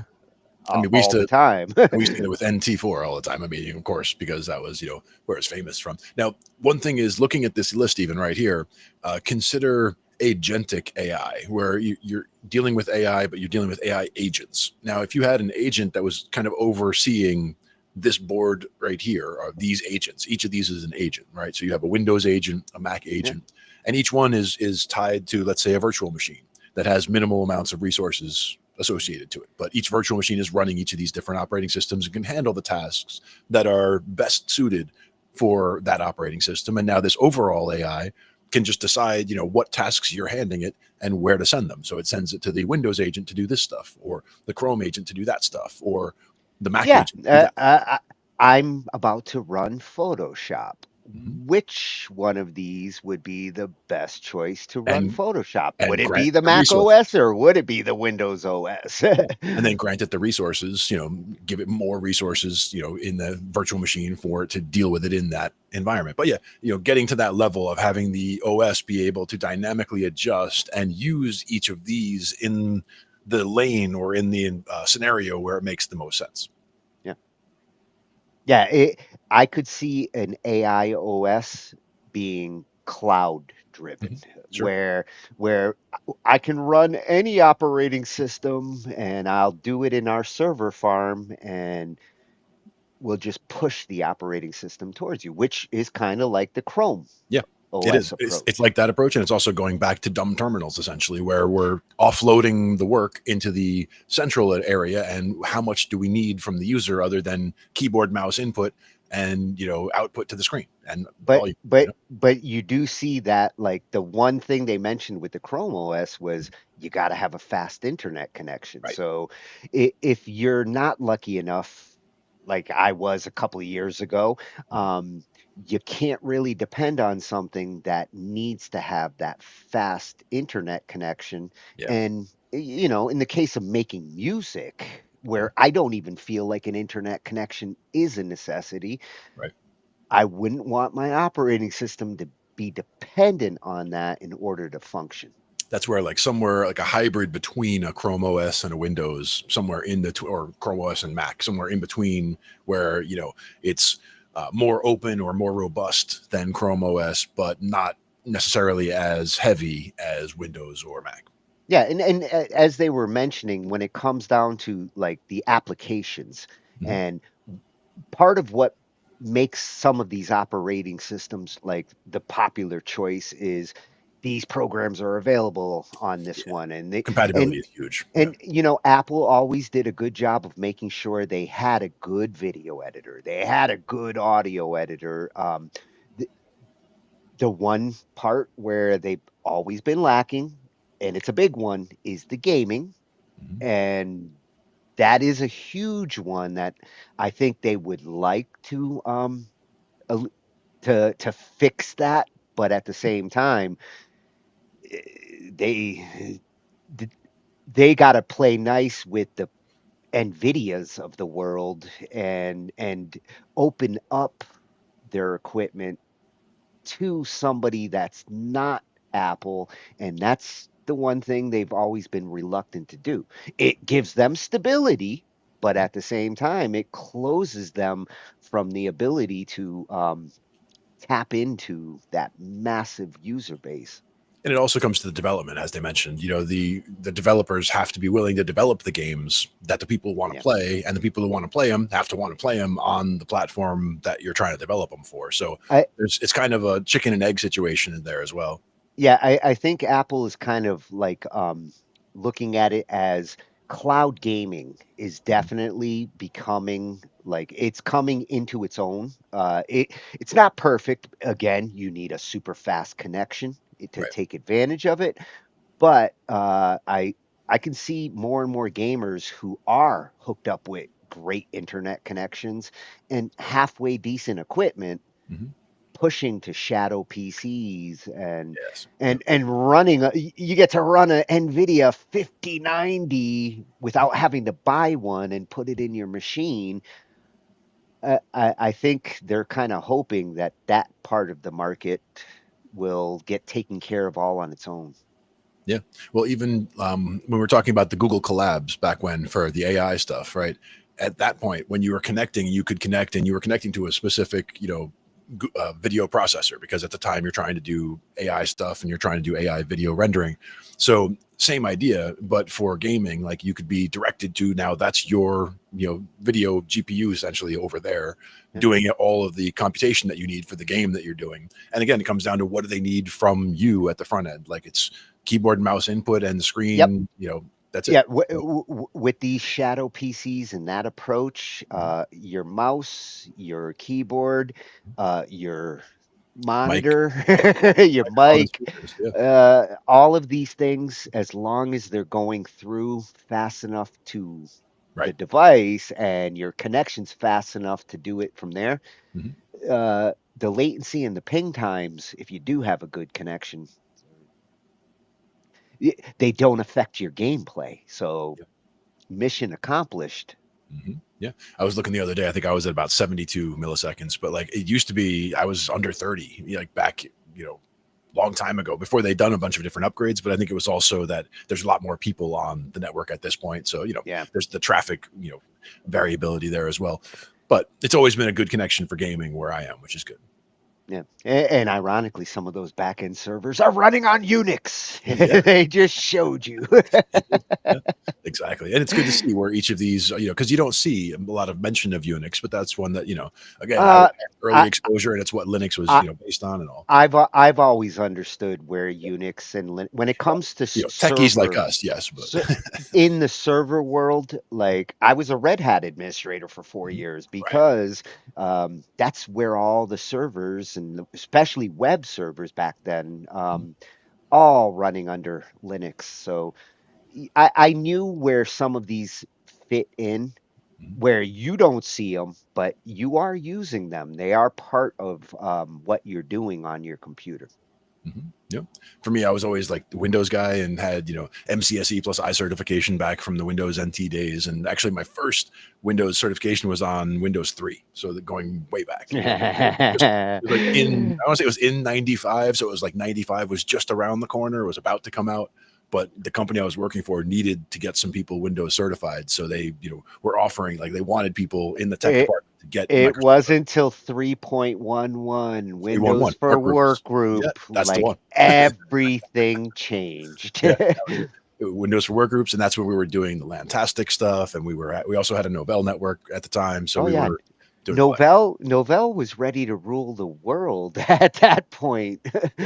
Yep, and that's in the early days. But yes, it's come a long way since then. But that's the thing is we've grown up with this stuff like throughout our careers and have seen this stuff from the infancy till now. And when I mentioned A plus earlier, it wasn't like the first video was going to prepare you for the A plus, but it was more somebody who understands the A plus stuff, like knows all of this stuff. But it's a good introduction to each of the categories of what everything in the machine does. But with the A plus certification, it was like do you know what IRQ the LPT port should be on and things like that. And And go figure, IRQ stopped mattering after a while. It was like, oh, everything's being managed now. Right, exactly. But coming from that place, like we understand what it all came from and why certain things are the way they are. Things that don't make sense now if you just looked at it fresh.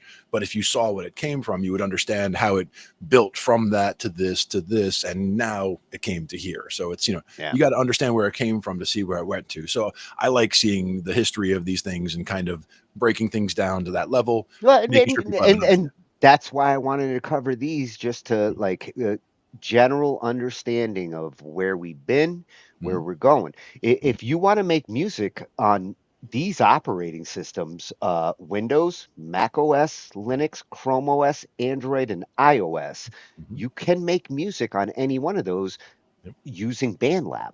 today. So even if the OS you're using doesn't have like great apps, BandLab works in a browser.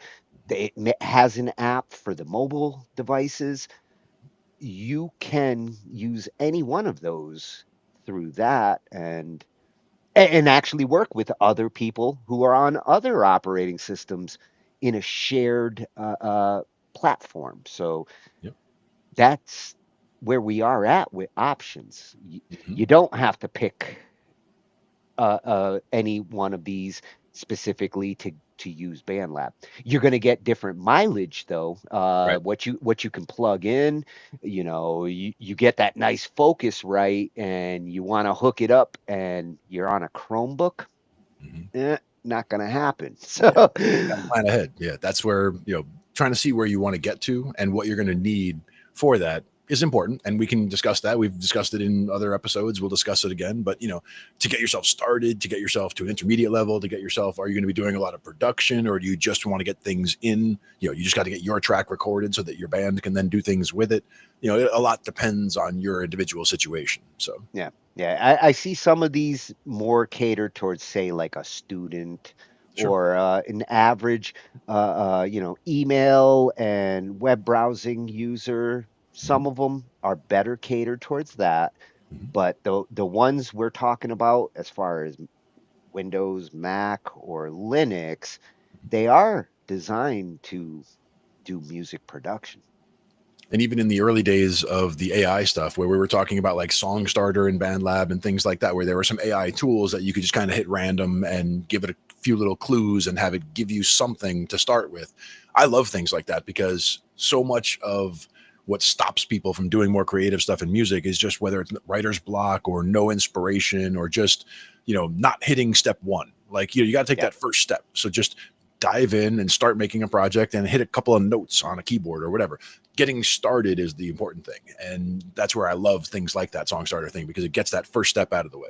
If you do pick the right ones, not only will you get started, you'll get motivated, you'll get inspired, and then eventually it's like, oh my God, I can do everything.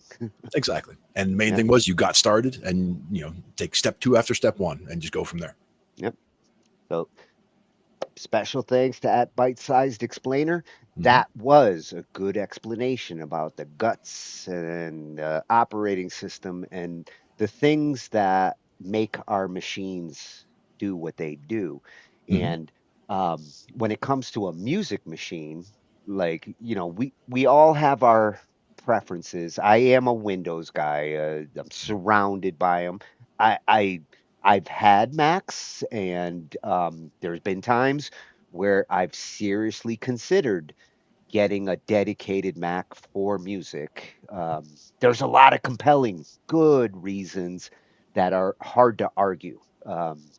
I wouldn't want to be in a debate against someone on Windows is better than Mac for music making, because I might lose. To me, it's not even that those debates are that important, because to me, I don't really care whether a Mac is better or Windows is better. It's not a question of better to me. It's like, I could see the use case for this one. I could see the use case for that one. If I had hardware that was on one side or the other, I would use what I had. So to me, I would use what's handy. But at the same time, I get where some people would prefer one over the other. One interesting side note is that in the rack, like my buddy Mike, I work with him, we do live sound. In the rack that he brings around that has the 2 Studio Live racks in it, right? The 24 and the 16. He also has, he had a Mac Mini in the case for a long time.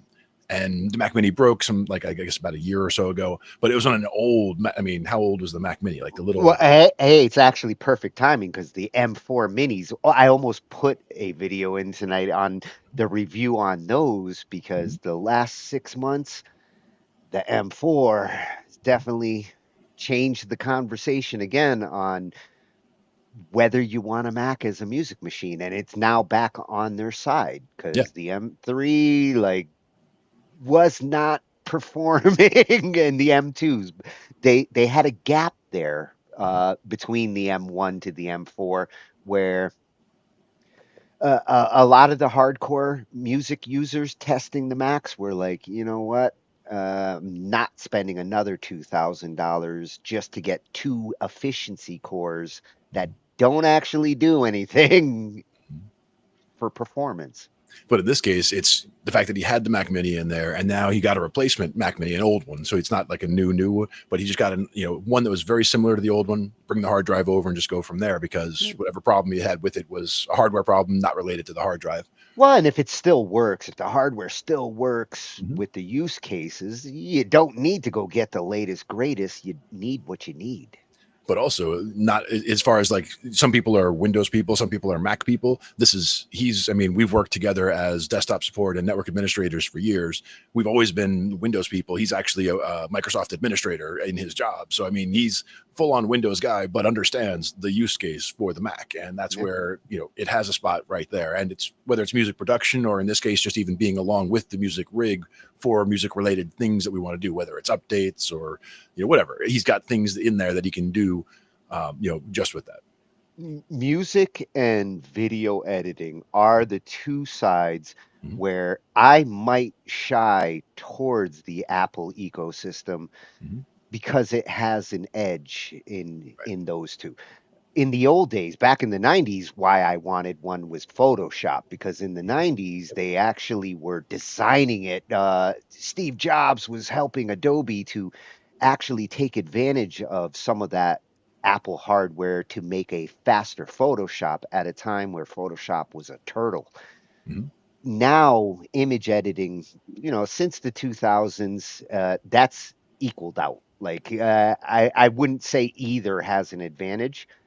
But on the music side, there's a few tricks you can do with the Apple operating system that Windows makes a pain in the ass, especially consolidating audio devices. If I want to run 3 or 4 audio interfaces and get like 20 channels from this interface, 10 channels from that interface, on the Windows side, it's doable, but it's no fun. It's ugly. On the Mac side, even going back decades, this was Mike used to talk about building the aggregate devices from the Motus, getting everything all together and, you just rebuild the aggregate device and you're fine. It's like, okay, Yeah. I had to do it that way, but, that works. That's good, Hey, if it works, I'll accept that as an answer.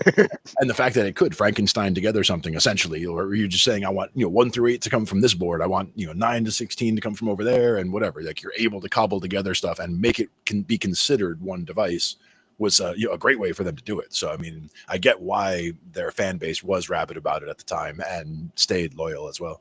Yeah. And you see that from those who do tend to like endorse the Mac for these kinds of things. They do tend to be very committed. In some cases, almost rabid committed. And I've never been a big fanboy either side, but I do see relevant use cases for both. So. Yeah. I don't want to be like a rabid advocate. I want to like hit the points on like, this is why it's good here. This is why it's good there. It's why I like this video we're going to look at. It's coming from at get.beautiful.recordings. Nice. Love the name because that's what I'm looking for is beautiful recordings. I want my stuff to sound beautiful. Even if it's beautiful recordings of screaming voices. Hey, if it's recorded well, it is beautiful. and he's gonna go through the conversation that I do think it is an important conversation, especially if you are buying a first time machine or new machine. If you're considering shifting, like some people are these days, some people want to get away from the Windows infrastructure, and the Mac is an appealing alternative. And on the flip side, I've talked to plenty of people who went and got their Macs because that's what they were told was their best choice. But when they go to work and everything they've ever learned, they know Windows, and trying to adjust to the buttons on the other side of the window and all the things that go on there make them actually go back to Windows. And that's the thing. It is an adjustment, and it's not a huge adjustment necessarily, but it has to be an adjustment that one is willing to make is the thing. If it's an adjustment with your productivity and the work you're doing, it can be a huge one. The idea is there would be a learning curve where, there's an initial time where it's slower to do it on the new, on the Mac side, let's say, but then as soon as you get into the workflow, it is then faster from then on. So ideally, that's what you're looking at when you're looking at switching over to a new thing is you're looking to switch because it's more effective in the long run, even if it is more of a pain in the beginning. Yeah, you got to get over the hump of the learning curve, and then it's all Smooth sailing. cruise. So we're gonna get a nice, fair, balanced both sides. No propaganda OS. It's just this is what this is good for. This is what this is good for. Exactly. And that's what we're talking about, being realistic about where to use these tools because they're Yeah. tools. So, yeah. Yeah. And I'm glad I went with this versus the like Windows lover versus the Mac lover because Yeah. I could put them in a wrestling ring. Yeah. I mean, I'm sure it's entertaining as well, but again, I'm much more interested in seeing, I'd rather see them both raise the good points about each other and not necessarily bash the other, which a lot of times there's a lot of bashing going on in something like that. What would actually be fun is to have the Windows side talk about the good points of the Mac side and have the Mac side talk about the good points of the Windows side. Now Yeah. that would make for an interesting battle. Now that is technical. That is good debate form. Have You're, people argue the opposite side because you should be able to give me good points of even if you hate Mac, you should be able to tell me things that are good about the Mac. Yes, you're not going to find a lot of volunteers for that kind of battle. but again, people who are in a knowledgeable position who can accept there are good things in both sides could come up, like you and I could both come up with a good case of why Mac is better or why PC is better. But again, not better, but better at these tasks. Yes. Yeah, where they excel. Right. Exactly. Yep. So here we're going to see some of that nice and fair. All right. Hello friends, Chris here. This video is kind of a part of lesson 25 where I teach about computers for audio production. But as I was doing my lesson plan for that video, I realized that one of the most important factors of choosing a computer for your audio production is making the choice between Mac or PC. And I found that this topic was actually taking up most of that video. So I just decided to do a separate video to talk about some of the pros and cons of each platform. Now, when I say PC, what I mean is a computer that uses the Windows operating system. Now, overall, spoiler alert here, I actually don't think one is better than the other. I think in the end it's a tie, but there are differences between the two, and some of those differences might work better or worse for you. Because a computer can be a fairly expensive investment, and you generally only buy one, so you want to make sure you buy the right one for your long-term goals. So here's the main difference that I would say between the two. I think it's safe to say the Macs are more expensive for similar specs, for similar performance. However, Mac software is less expensive and just as powerful, if not better. So in the end, it's roughly the same cost and roughly the same level of performance. Because you could buy a PC for cheaper, but you end up spending more on software to get the same level of capabilities. So I'm mostly specifically talking about Logic Pro for audio production, but this applies to Final Cut Pro for video production as well. See, in my opinion, for music production, Logic Pro is the best choice of software. And now again, it's just my opinion, and maybe it's because I use Logic Pro that I like it, but Logic Pro is very diverse. It has a lot of features. It doesn't score a 10 out of 10 on all of the features. There are other recording programs that might score a 10 out of 10 in very specific areas. However, Logic is all-encompassing. It has a fantastic library of samples and loops, some excellent software instruments. It's got very intuitive drummer instruments for creating drum beats. There's a live looping function. It's just got so much functionality that any other DAW doesn't have everything. They do a few things really well, and then there's a few things that they either don't do well or don't do at all. And other DAWs are generally more expensive as well. And that's why I'm treating this software as a huge bonus towards the Apple platform. Because, I mean, Logic costs like $200 US. Pro Tools it's like $1,000 per year. It's subscription based, and that's very expensive. And Pro Tools, as far as I know, Pro Tools doesn't do anything that Logic can't do. So I bought Logic 10 when it first came out. That was like 10 years ago. So yeah, I paid like $300 or whatever for it. Had I gone with the Pro Tools route instead, I mean, then by now I would have invested like around $10,000 into just the recording software. So $10,000 as opposed to $300, that's a pretty significant difference.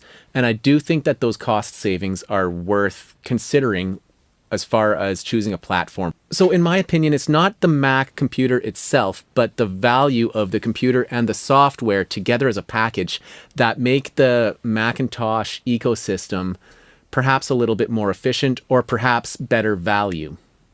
Now, if you're going to use a Mac computer and use third-party software such as Pro Tools or Cubase or FL Studio, well, then your value goes down. And if you're going to use software that's available for PC, you'd probably be better off using a PC. Because like I said, the advantage of Mac isn't the computer, it's the software. So if you're going to go with a Mac, I would also suggest pairing it with Apple's software, Logic Pro. Now here's where things get a little bit more complicated though. And even if you get a Mac and pair it with the Apple software, it still might not be as good a value as a PC. Maybe it will, maybe it won't. You see, a year or two ago, I certainly would have recommended Mac, hands down. However, in the last couple years, Apple introduced their own chipset. They make it themselves, and it requires different programming language than the traditional Intel chipsets that they used to use. This new chipset that they're using is called the M1. They're supposed to be releasing an M2 this year, so it's basically an M series chipset. And because it uses a new programming language, all of the previous Apple software is no longer compatible on its own with the new system. But it can still work. You need to get a translating program. So Apple also released a translating program called Rosetta so that you can still use the older Apple software or older programs that work on a Mac. They'll still work on the new Macs through this translation software. But the translation software isn't without hiccups. Some programs work well through it, some programs don't. And it also adds an additional step of computer resources being used in order to translate the software in real time as things are happening. So this translation software basically bogs down the system a little bit. But not all programs need to use this translation software. So basically, I'll put it into 3 different categories. You've got your programs that are M1 native. That means they're programmed to work properly and efficiently without the translation layer in the new Macintosh computers. And then there's the other category of programs that simply don't work, not even through the translation layer. They're just incompatible. And there's not very many that fall into that category. Most programs do still work, but they'll be in the middle somewhere. They don't work flawlessly, but a lot of the programs, they're not working perfectly either. Take, for instance, UAD. I use the UAD ecosystem for plugins. I've got the UAD satellite and I love their plugins. They sound fantastic. Now on the UAD website, it states that their software is M1 compatible. So it should work flawlessly, and I was expecting it to work flawlessly, but then in my experience when I started using it, it did not work flawlessly. I was having major problems of my CPU being bogged down. I couldn't even run basic projects because of my UAD plugins that were instantiated. This should not be a problem. I mean, the whole purpose of the UAD platform is that the processing happens on the card, not the computer. It's supposed to take pressure off of your computer system, but from my experience, it's putting more pressure on the system. I also noticed a lot of third-party plugins. Some claimed to be M1 native, some didn't, but a lot of plugins were simply bogging down this computer. And I got this brand new $5,000 computer. It should work well.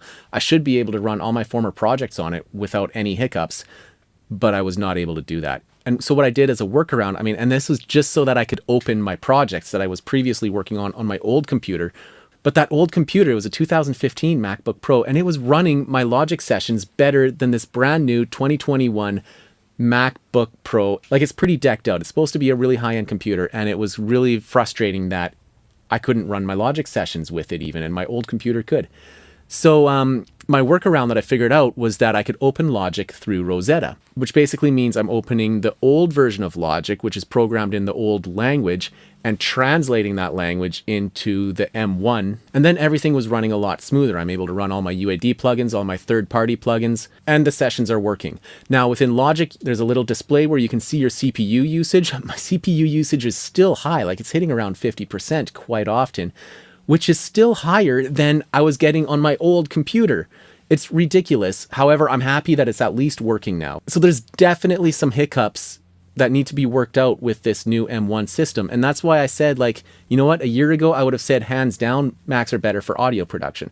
However, now with this new M1 architecture, and third-party manufacturers aren't keeping up. A lot of them don't have the software that runs smooth on the M1 system. So now I'm going to say, if you're investing in a new Mac, like the Apple software, it works great. If you just stay within the Apple ecosystem and use Logic, use all their samples and instruments and everything that Logic comes with, it will work fantastic and it will get crazy good performance. And when I say crazy good performance, I mean like like hundreds of times better than what I need. I run projects that have 50 tracks is pretty common. Sometimes I'll get a project with like 100 tracks. Very rarely do I get more than 100 tracks.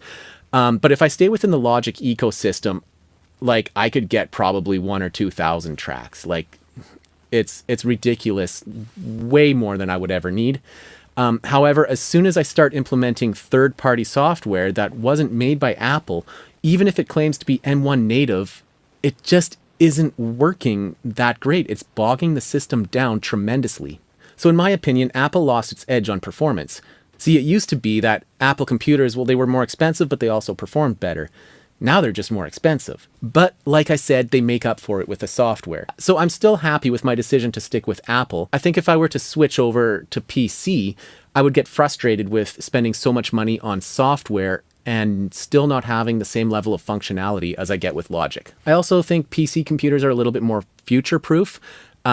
Because they're upgradable over time. You see, an Apple computer, with the exception of the Mac Pro, which is their desktop model, which is crazy expensive and already obsolete because it uses the old Intel chipsets, all of their other computers are not upgradable. You can't change the RAM, you can't change the hard drive, and of course you can't change the processor. So however you buy it, that's the configuration it will be in forever. I see this as a drawback to the Mac system. You see, with a PC, you can, let's say you have $2,000 budget for a computer.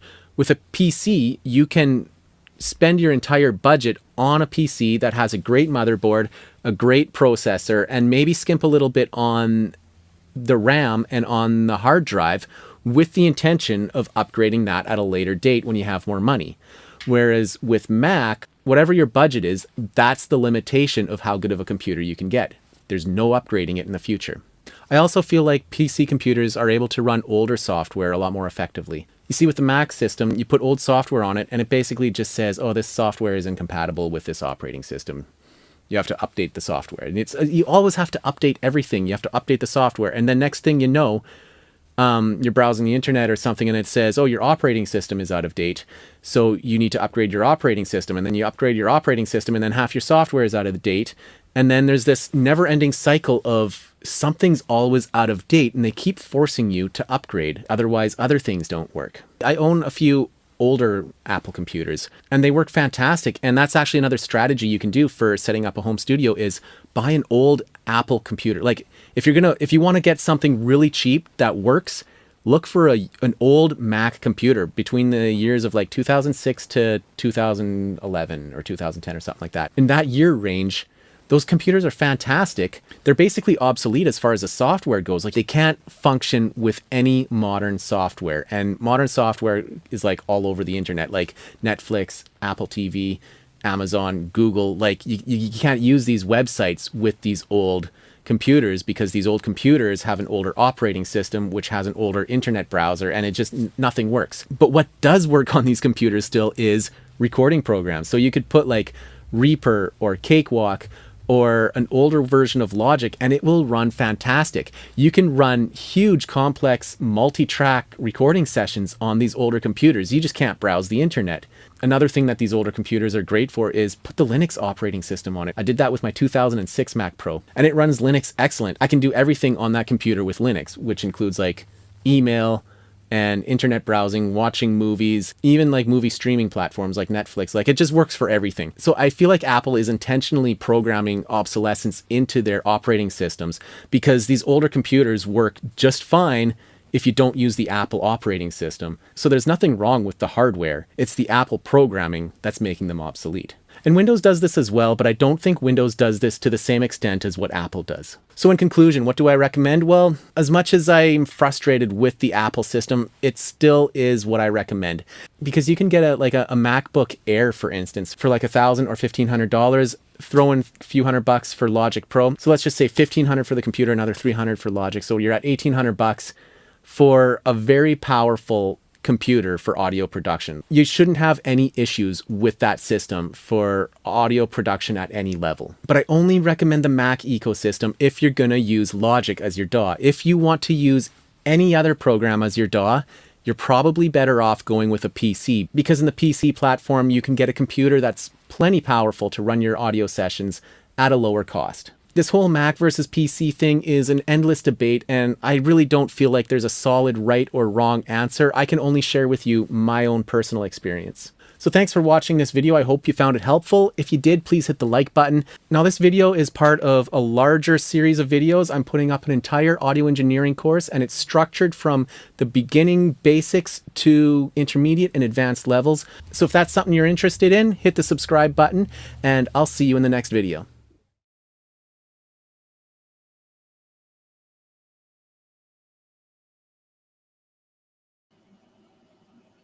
Modular It is upgrades. something. It is something I'm interested in. Yep. Yeah, looking at his channel, yeah, he's got some great stuff on his channel. A lot of equipment reviews. He is a Mac guy, but he did a very fair assessment of the situation, the change from the Intel chips to the M1 chips, something that Apple, you know, I get why they did it. And for performance, especially with the programs that are designed for it, you get the bang for the buck. But it did add that backwards compatibility issue bit them in the ass in a lot of ways. Yeah. And I think what he was talking about with buying the older Mac and using the older software, I think that was the route that Mike went down for that Mac Mini. Is he's got that Mac Mini of whatever year it is, and the stuff that he does with it is from that era. So it's not as important that it has to be, super, up to date. It doesn't have to be a brand new $5,000 computer to do what he needs. The route he suggests there is one that I would consider taking. If I saw a really good deal, like on a 8-10-year-old Mac, and I got a really good deal on it, I wouldn't have a problem incorporating a Mac into my network, especially if it was specifically for, hey, I'm going to make a music machine. I would love to use Logic. Logic is the one part of the Mac audio ecosystem that I would love to have more access to. Yeah. And that's where, again, we were mostly doing tech support for decades. It was all PC environment, but there were small groups inside of each of the companies I worked at that used Mac products. And in most cases, it would be like the marketing department and things like that. But especially in New York City, they had budget, and they're the ones who had the massive iMacs, the massive all-in-one files where everything, and so we needed to support them. So we had one of those on my desk also. Not that I would ever really needed it, but at that time I want to say Yosemite was the operating system, maybe in that time frame. But I dealt with Yosemite. yeah, and on a support level, like there was almost never problems. Like the problems that we would run into were long file names, if you'll believe it. Like people would, like they had just ridiculous naming conventions. Like they were naming folders using special characters. I mean, wacky special characters that are not part of the standard special characters even. And just ridiculously long folder names within a ridiculously long folder name, and then a ridiculously long file name. And when you would try to double click on it and launch it from the network, the name was so long that it would not open when you would try to get into Adobe, let's say. Yeah. And you could run into that situation from either operating system. When files are being stored locally on the machine, they can use really, really long file names. But when the files get stored over on the network and they have to be passed along through the network, it almost goes back to like the 90s where like 256 characters. Keep your name shorter. And in this case, you have to add in all that extra network path, because when you're trying to just double click it, you're saying, oh, run Adobe Acrobat, let's say, and open this file. And when it goes to this file, it had to be 256 characters or less. And if it wasn't, it would cut off. And I could demonstrate to them that that was the problem, because everything else worked. They're like, well, why does everything else work? And everything else worked outside that folder. So I could take that same project and just drag it out here, or I could either rename it where it was to a name like 1, and it works fine. Yeah. Or I can drag it out here and name the folder 1, and it'll be fine. But by leaving it that long, it was just a problem. And it took a while to figure it out. But once you figure it out, it's like, okay, that's going to be a problem for you guys. You need to figure out better ways of embedding folder Yeah, names. yeah. I used to hate explaining to the people in the office that like you need to take better habits in your naming conventions and things. Mhm. Like trying to tell them this is why it's not working. Yeah, they just say, "Just fix it," and it's like, Yeah, it's not a their fix it attitude thing. is like, don't tell me why it doesn't work, make it work, Yeah. and I'm telling cutting you the why name. I'm telling you why you're breaking it, and that's like I can tell you how to fix it, but you're not listening. That's the problem. So, Yeah. yeah. But that was the thing is I loved that most everything, all the programs that they used, all worked flawlessly. I never had any issues with any of the software on any of the machines. Never really, blue screens. Oh No. yeah, yeah, yeah. Tech support for a office full of iMacs, Mhm. you really don't have that tough of a job for the Yeah. most part. Like he said, if you're using the native software Right. and you are committed to the ecosystem in that way, you're going to get a very enjoyable experience. And in an Um, office like that, they are paying those high subscription rates for, the software. Like they're doing photo editing, they're doing video editing, they're doing all of that. And they had the highest end tools, available at the time. So for sure. Yeah, yeah, yeah. Coming from somebody who really does have like the experience with the Mac, he is a Mac guy and he has used it for music making for a long time. Mhm. So his experience is extremely valid. He's gone through the problem of, oh, your operating system needs to be upgraded because I'm trying to go to a web page, but it's saying my Safari needs my Mac OS to update, and I update my Mac OS, and now my logic is not working because when Mac does those big OS updates, sometimes they change the like subsystem of the audio and drivers, things that should work, shouldn't have a problem with a OS upgrade like that, just break. And until you get a new version of Logic to go with the new version of the Mac OS, you're either reverting that Mac OS because I got to get to this recording, or you're waiting for Logic to come out with a fix for something they shouldn't have to keep fixing every time the operating system is updated.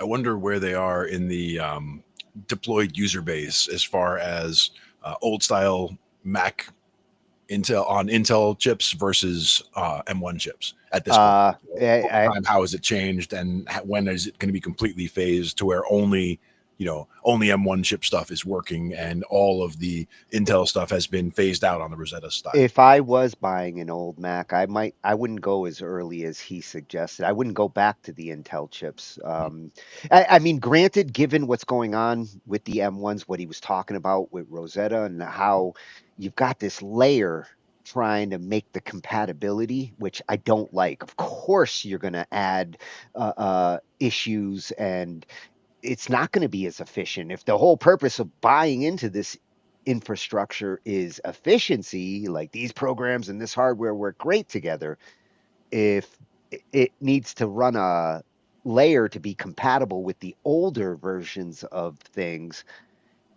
it's no longer as efficient. So I'm glad that he's open-minded about like the benefits of both these operating systems. And hell, I might buy a Mac and a Windows PC just for different reasons.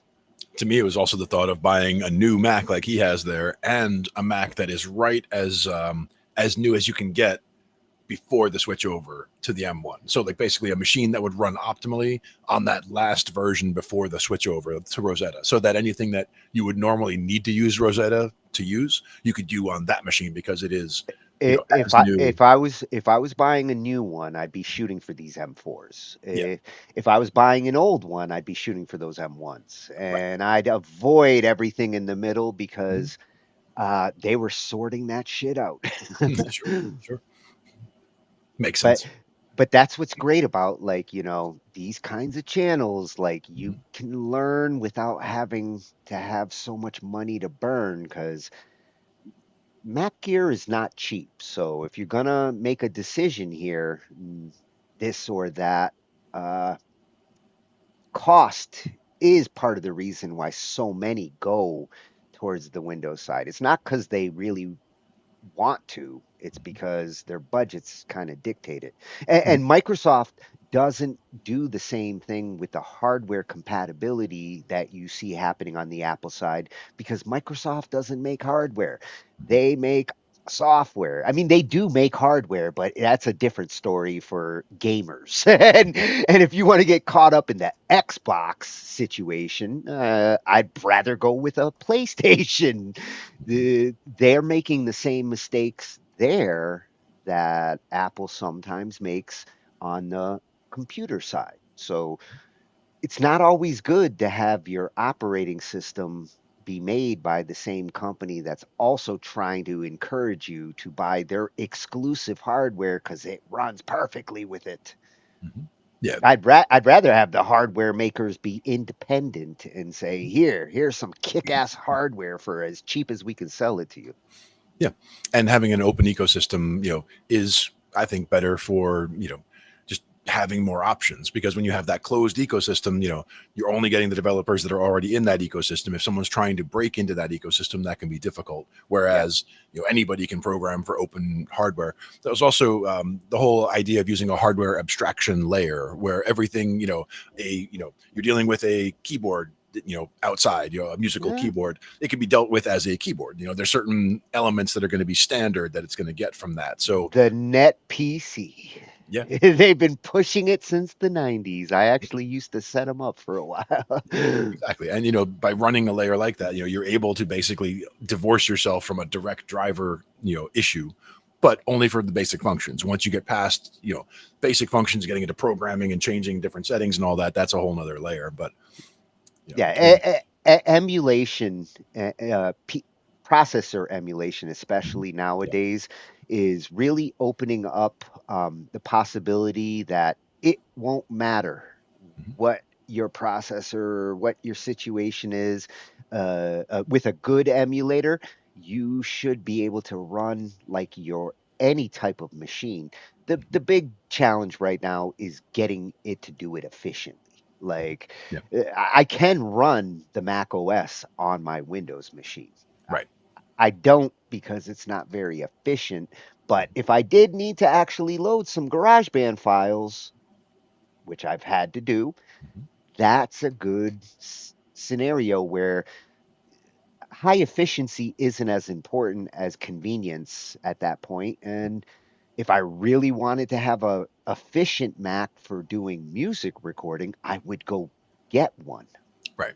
And in your example, you could use the GarageBand to get into the project you needed to, export it in a format that's better to use that on the other side, and then bring it to the other side, and you're good.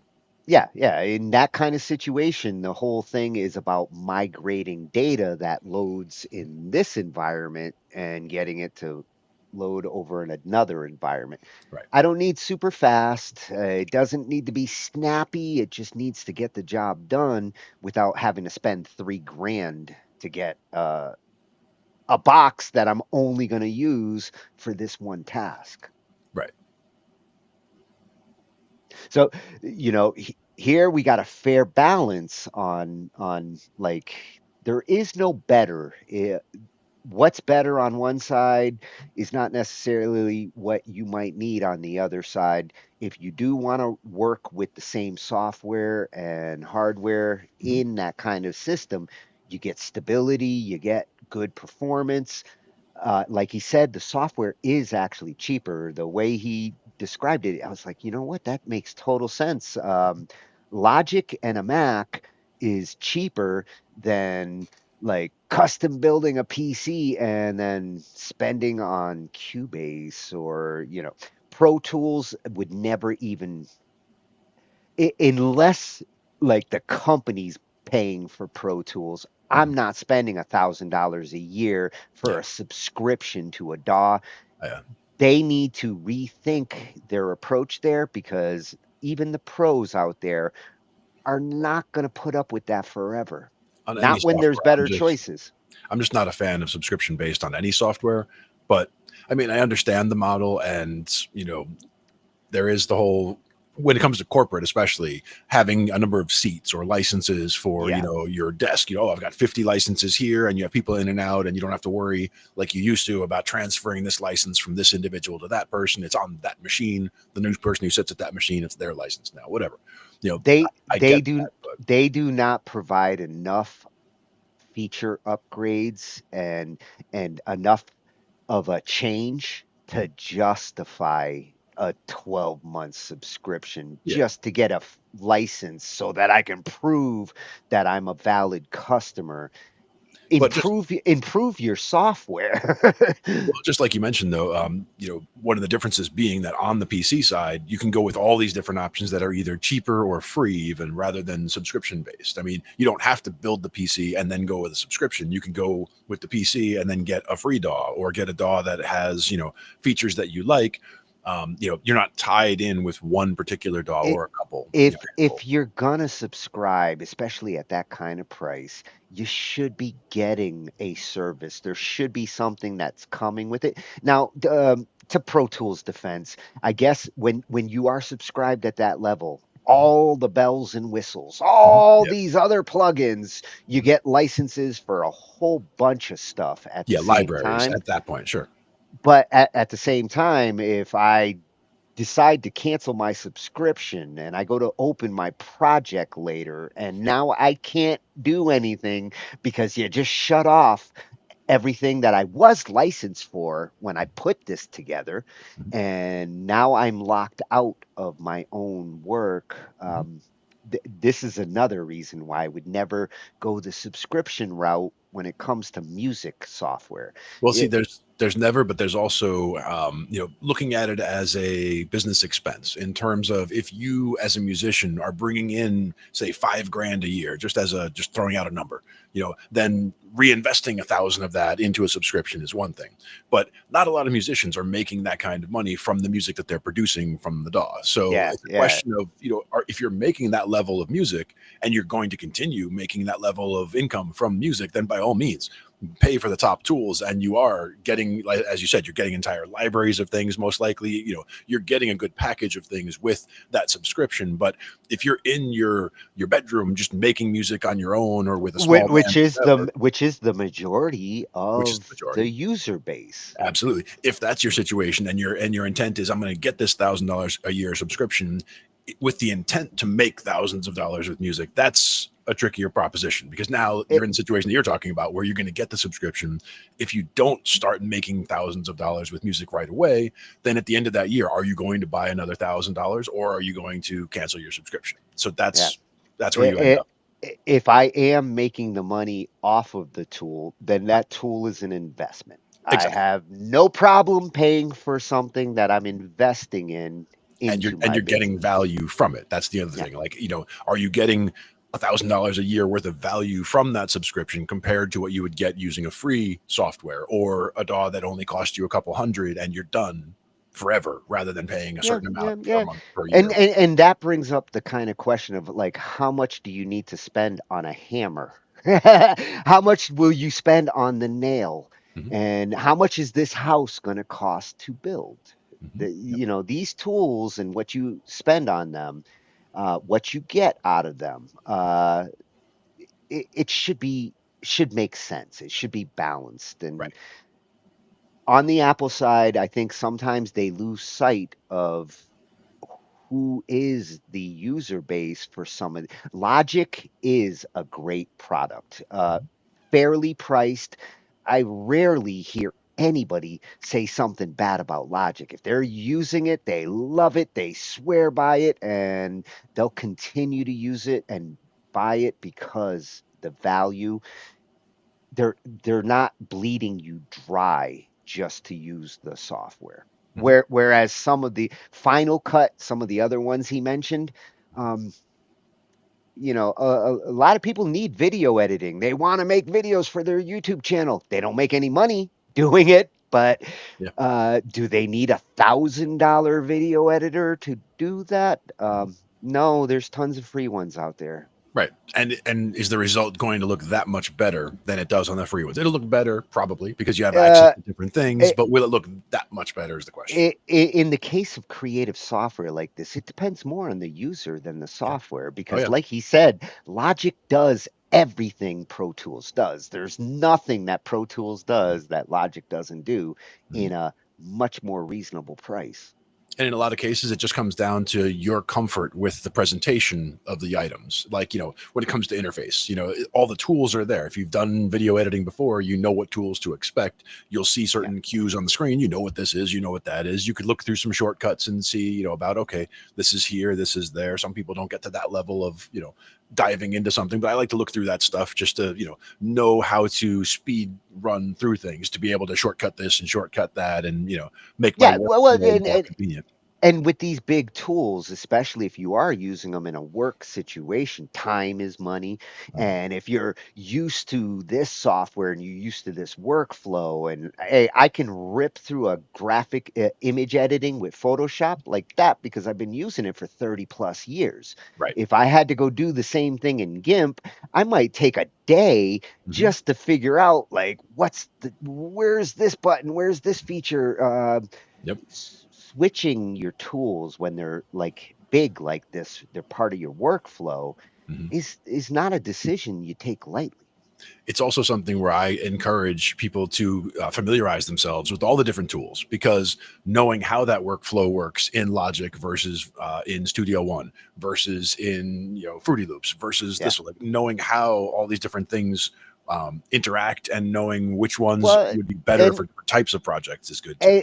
and you're more brave than the average bear. Like me, I will look at different DAWs and I will try different software like that just to see the differences, to understand maybe somebody I'm working with or somebody I'm trying to help, where they're coming from with their software. But the majority of computer users out there, they just want to get down to Oh yeah. work, and Oh yeah. And that that's where different tools are they're better. willing to learn. They're Yeah. willing to learn one, but a lot of times I think what happens is they learn one. Like they put the energy. I've got guys that are trying to learn video editing right now, and they're going like to the most natural, like CapCut, and to what is currently available and popular. And they're spending a lot of time learning how to video edit and do some fancy things, but I hate to keep reminding them that they're also doing it with tools that they will outgrow. If they're trying to really say, I want to do this seriously, I want to make these video edits look professional, Mhm. take that time that you're spending learning the toy and go learn the actual like standard, the industry standard programs. They're e- image editing, video editing, audio editing. There's industry standards, and those programs are the standards in those industries for a reason. I remember when my niece and nephew got, iMovie, and we're making movie trailers, and just, right out of the box, just boom, a couple of kids, they're probably, very young at the time, but, And just making movies iMovie's on a their own. great example. It's a Yeah. great way for like somebody new to get comfortable with video editing, learn it. It's very user friendly right out the box. Mhm. But if you go and get hired to become a video editor for like, some big production studio, your iMovie experience is going to be limited to your creativity because Right. the programs you're going to be using aren't going to be iMovie. So you're going to want to understand the concepts that you learned from iMovie, but you're going to have to apply them to the bigger software, just like Pro Tools. If you're going into a recording studio for a job, uh, most of them probably aren't going to be like, hey, we use Logic. Those big recording studios, they do tend to be Pro Tool studios. If they're Mac studios, they tend to be Pro Tool studios. And you might need to go take a college course or a special course just to bone up on what you know in Logic and how it applies in Pro Tools.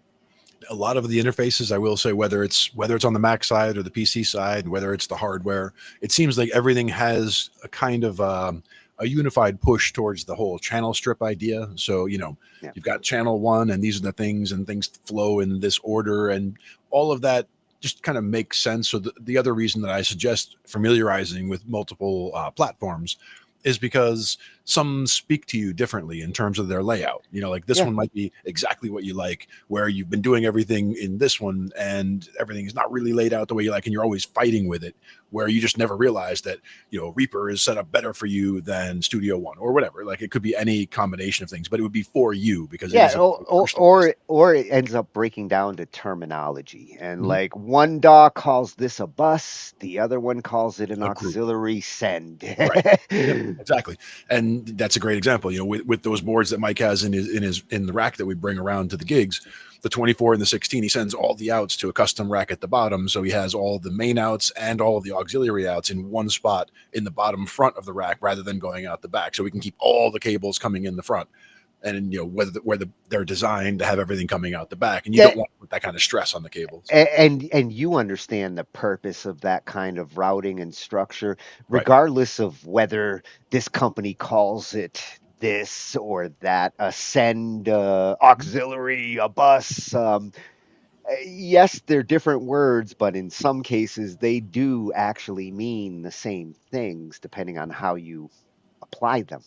Exactly. And being familiar with the concept of busing, like making a drum bus or making a guitar bus or making a vocal bus and using certain effects on that bus as opposed to on each vocal track, understanding that particular breakdown of workflow and simplicity, and not overloading the machine with too many iterations of add-ons or Yeah, VSTs loading at the same time. I mean, all of and that kind of bus is different than an effects send.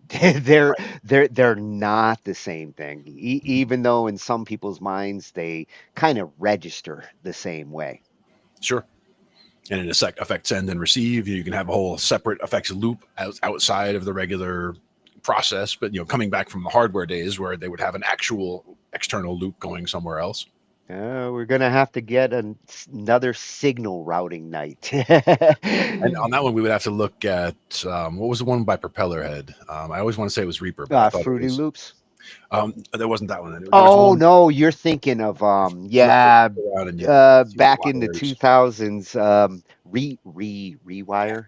Yeah, there you go. Yeah, I think which Rewire was part of it. Yeah, because you uh, flip the back of the rack and you want to take this wire and put it here, and like as you and dragging each one, you're seeing the and actual. and it was such an important technology at the time. Like it really did change digital audio routing. I think it was rewire. I think it might have Um, been. and like at that time, it was kind of an essential in any new DAWs that were coming out. Like support for it was, I was kind of like, if my DAW doesn't have support for this, then I know I'm going to use it, and I want to use these plugins.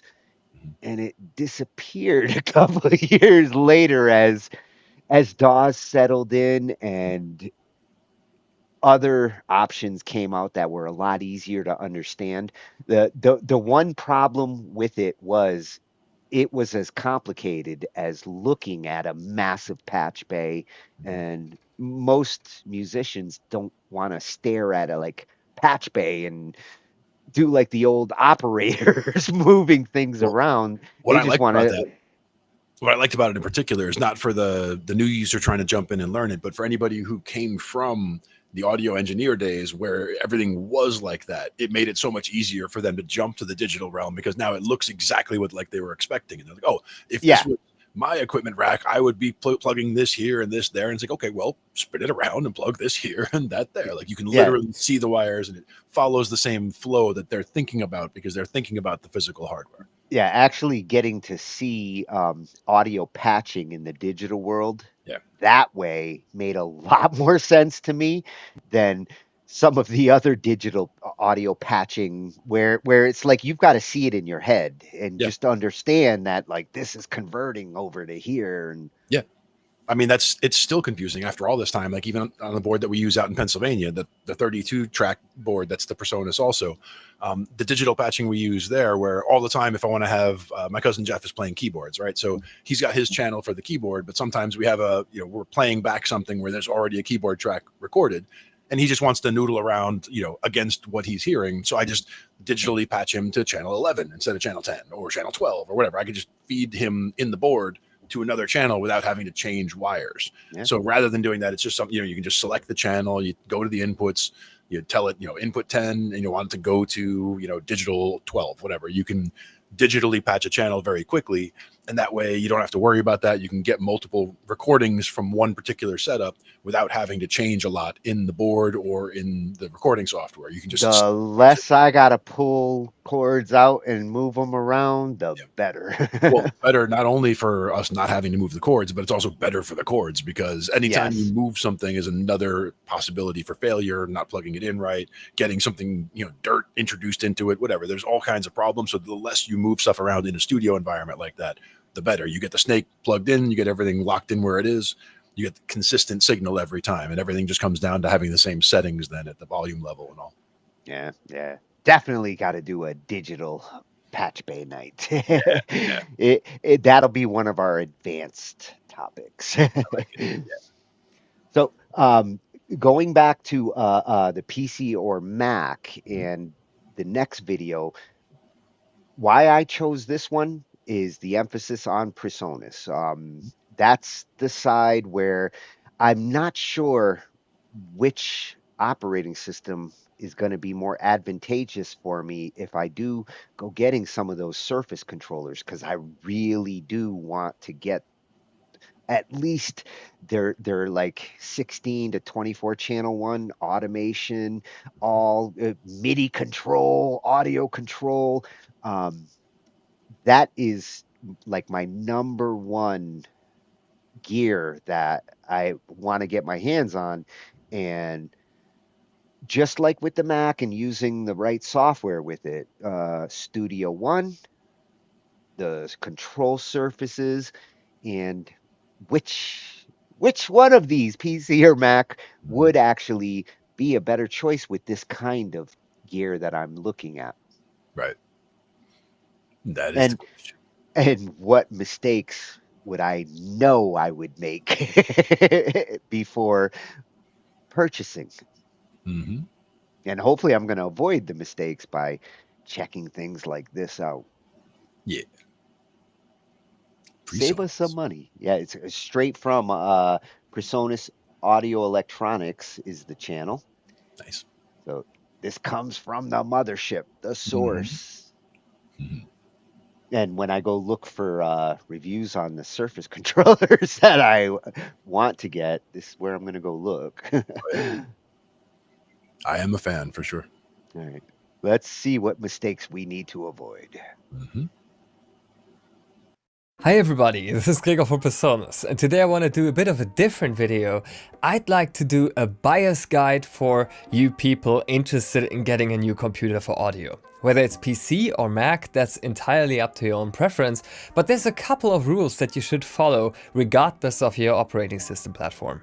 I got the idea for this video from my buddy James, who's currently doing just that, trying to build a new audio computer, and he asked me what kind of parts to shop for. And for me, this is something that's quite natural. I'm a bit of a geek and I like to select computer parts, but I realize that's not the reality for most people. They just want to focus on their craft and make sure that once they get the new machine, it's perfectly suited for what they want to do.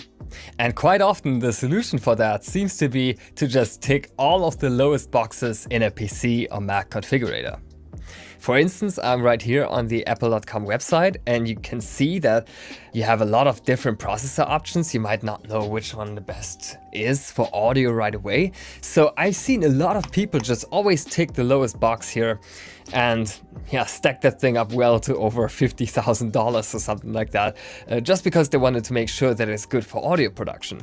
Ironically, when they got the machine, they found that they were still not able to do low latency monitoring at low block sizes sizes of their favorite virtual instruments, and they were very frustrated about it. They thought, I spent all this money onto a new computer, why don't I get the benchmarks or the results in my everyday work that I was expecting? And that is because they were only ticking the lowest box in their configurator. That's kind of the first mistake to avoid. Don't always tick the lowest box in these configurators. Same goes for Windows computers, of course. Right here, I would have the PC configurator from Digital Audio Networks in Germany. Also there, a lot of people just always go for the lowest option, even though there might be a much better option for what they want to do, which is also much less pricey. And this leads me straight into mistake number 2 that I see a lot of people make when they try to decide on a new audio computer. They always look only at the core count of the CPU that they're trying to get. Like they see there's a 28 core Intel Xeon here in the Mac Pro configurator that's $7,000 more expensive than the 8 core base model. That must be better for audio. There's no way that the 28 core isn't better for audio than the 8 core baseline, right? Well, that really depends on what you're trying to do. Are you trying to play back hundreds of tracks of Contact, Vienna Symphonic Orchestra Library, or Spitfire audio, and you can do that at a higher block size, you don't need any low latency monitoring, then yes, core count is king. But if your requirements are entirely different, for example, you want to have very low block sizes for ultra low latency monitoring. You want to have great response when playing a power hungry virtual instrument live. You don't want to feel any delay as you're hitting the keys. That's when you cannot rely on core count. Because one channel of audio or a virtual instrument that you're monitoring can only be processed by one CPU thread at a time. So even if you have 28, 64 cores available, if one of these cores doesn't bring the performance you need, then you don't get any performance benefits. So what I'm saying is that if you want to have the ability to play back a lot of tracks and you want to put your block size as low as possible, like 16, 32 samples, then you need to not only look at the core count, you also need to look at the single core performance and the base clock, like the base gigahertz, not just the turbo boost, because that can't be sustained for a long period of time of your next CPU.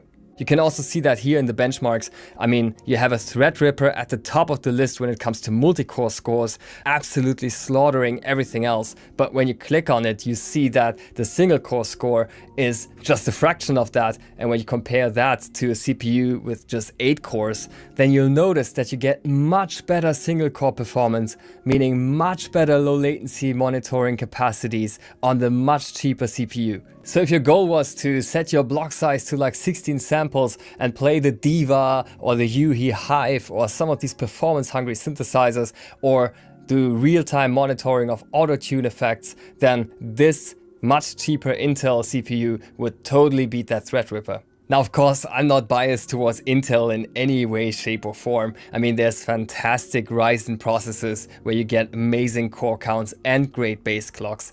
All I'm saying is that you shouldn't just look at the amount of cores and assume that's a great CPU for audio. You need to find that sweet spot between great base clock, great single core performance, great thermals, so that the CPU fan doesn't have to spin up so much and create all this noise in the studio, and core count so that you can play back many tracks without any issues. The third mistake that I see a lot of buyers of a new audio computer make is that they invest too much or too little into their RAM and graphics. Now, before we can say how much RAM you should put into your new audio computer, let's first get on the same page why RAM is useful or necessary in a DAW like Studio One. Well, RAM is really important to increase your headroom, meaning that you have more capacity to load multiple plugins at once without any lags or crashes, that you can hit playback on a session with a lot of time stretching and pitch shifting going on. But RAM does not help you when you want to play your virtual instruments at low block sizes. If you want to put low latency mode on, then RAM isn't really all that helpful. And I see that a lot of users generally overestimate the amount of RAM that they need in their system. A great strategy to get a bit of a feel for how much RAM you would need is to open up the activity monitor in macOS or the task manager on Windows and just see what your maximum load of RAM is when you run as many apps or the biggest session that you have. Then just calculate that plus a little bit of headroom, and then you're probably pretty close to a very realistic RAM figure. Of course, you shouldn't have too little RAM because that would severely limit your navigation and your playback in the session, but you should also not spend too much on it because chances are that big chunks of it you'll never access. The same issue I see when it comes to picking a graphics card. Here, users often underestimate the graphics card they need because they do an audio, right? That has nothing to do with graphics. Well, but in times where Studio One 5 uses hardware acceleration on Mac, for instance, more and more of the tasks that were traditionally handled by the CPU are now being taken on by the GPU, which leaves more of the CPU capacity for the actual processing of audio. So don't cut corners here. You don't need a high-class, top-of-the-line graphics card, but you shouldn't go for integrated graphics either. The fourth mistake that I see time and time again when people purchase an audio computer is that they invest too much or too little into their hard drives. A great example for overspending would be to have an 8TB SSD, which really costs a premium, just for archiving media files and as an external backup. That is a total waste. Any hard drive can take these kind of tasks. But your sample libraries, all the stuff that you need to access as quickly as possible, your song folder, your operating system, needs to be on very fast hard drives, because especially on the operating system side, that really makes such a huge impact on how quickly your apps start, how quickly your computer boots, and so forth. So if you can't afford 8TB of SSDs, that's completely fine, but reserve one SSD at least for your operating system, and if at all possible, have another SSD drive for your songs and sample library content. Please don't try to cut any corners here because you might regret that at some point in the future. Also, make sure that you don't just set the capacity of your SSD drive at the lowest minimum, like let's say 500 gigabytes. At least 2 terabytes would be preferred because you always need a little bit of free space on this drive to have it working properly at the fastest speed possible. Which leads me straight to the fifth and final mistake to avoid when buying a new audio computer, and that is cutting the wrong corners, especially where it's so annoying because it could have been easily prevented. I give you an easy example, a small power supply. Not only does this artificially limit the amount of power draw of all the components, but also it severely restricts you when it comes to upgradability down the line. Because if you calculated everything just at that base power draw level, and then you want to upgrade a component a couple years later, then you also have to always upgrade your power supply. This is a lot more expensive than if you've just gone for the proper power supply in the first place. Same goes with noisy fans. Don't go with a build that's, just equipped with the cheapest fans possible after you put in some premium parts. I mean, it's a studio computer. It shouldn't ruin all of your recordings by having this noisy fan. It's kind of whiny running in the background, right? Also consider the I/O that you need. If you have a Thunderbolt interface, then don't start cutting corners at your main board by going for one that doesn't have any Thunderbolt connectivity. Don't save the money at the wrong end. Consider the amount of USB ports that you need and make sure that you choose a motherboard that provides that. Now, if you're somebody who just wants to focus on music and is not too tech savvy, you don't want to build your own audio computer with your own preferred parts, then I highly recommend Digital Audio Networks if you're based in Europe or if you're over in the US.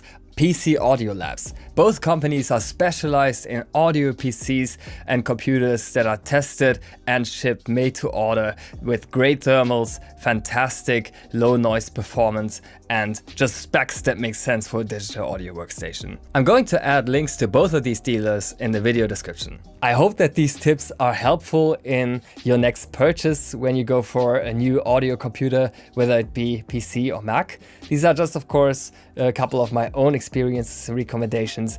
If you have anything you disagree with or that you would like to add, please add it here in the comments below. We love to read your comments, and see you next time.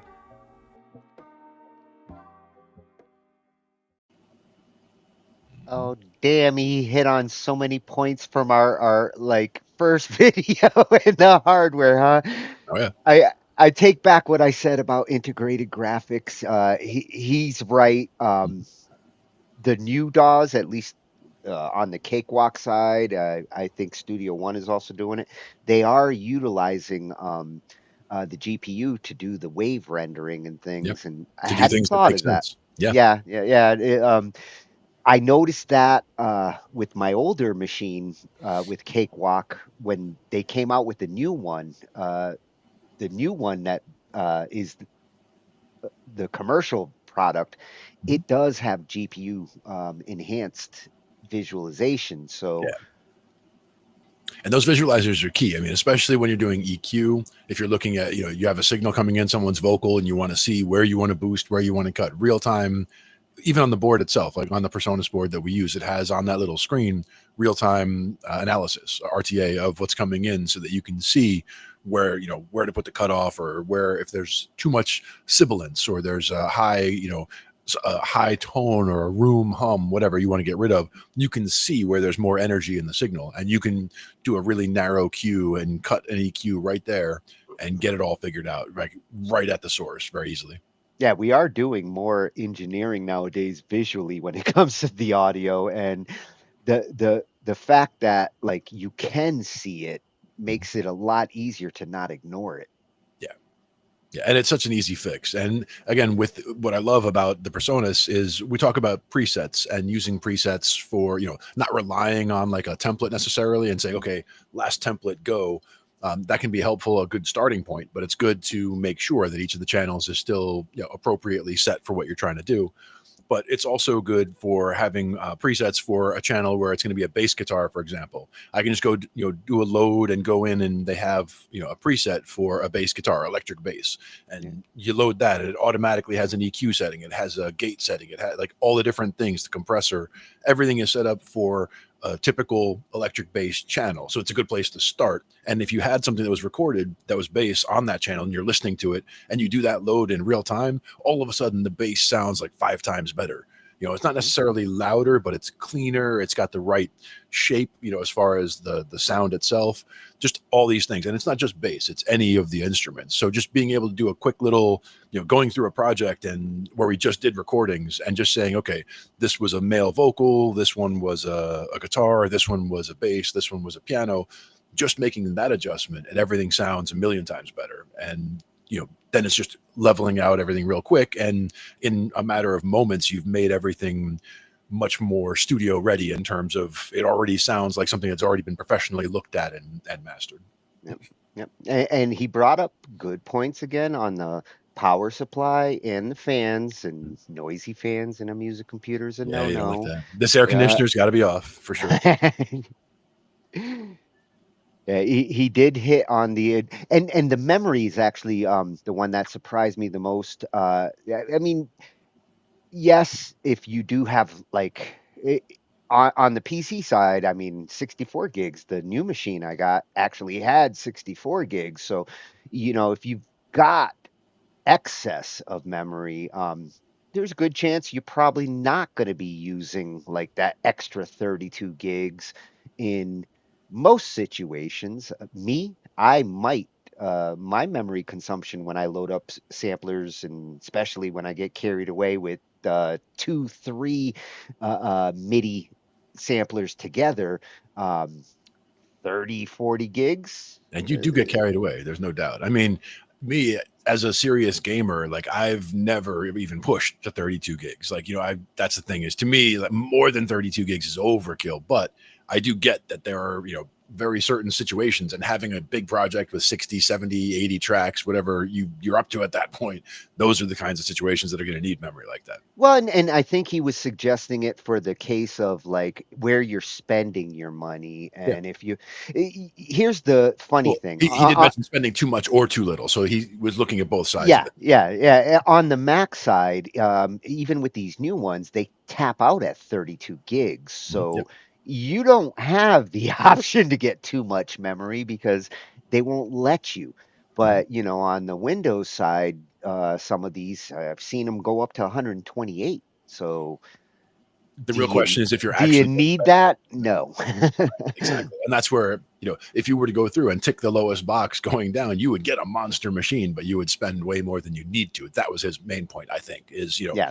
selecting what makes sense for you. And to me, again, 32 is a solid sweet spot. 64 would be the outside edge. That's a little bit of future proofing in my opinion. Like, I don't see me ever needing the 64 or beyond, but Well, again, I don't know what's coming. and the cost difference, especially when you go from like say 32 to 64, not as big of a deal, but like anything more than that, you have to get bigger chips, Well, which are going gonna back, get much more expensive. go back 5 years and look at the price difference between 32 and 64, and then it's a whole different conversation, right? I mean, that kind of thing comes down so rapidly over time that, you know, it's a whole different conversation now. And the 32 to 64 is no longer a big, you know, you're no longer doubling the cost of the computer or whatever. It's now just an incremental boost, you know, as far as that goes. And if anything, something that they didn't mention, um memory speed. So when you are picking like a motherboard, if you are building like everything, you want a motherboard that's like ready for the future, not stuck in the past. If you're getting yesterday's memory, you get cheaper, a better deal, but But there's a reason. speed of memory is kind of something that like I wouldn't want to go with slower just to save a buck here. That wouldn't be worth it. Now, one thing I would recommend, especially with the, like you mentioned, the MSI motherboards, and that's, I'm a fan as well. Those are the ones that I've had for the last couple of computers.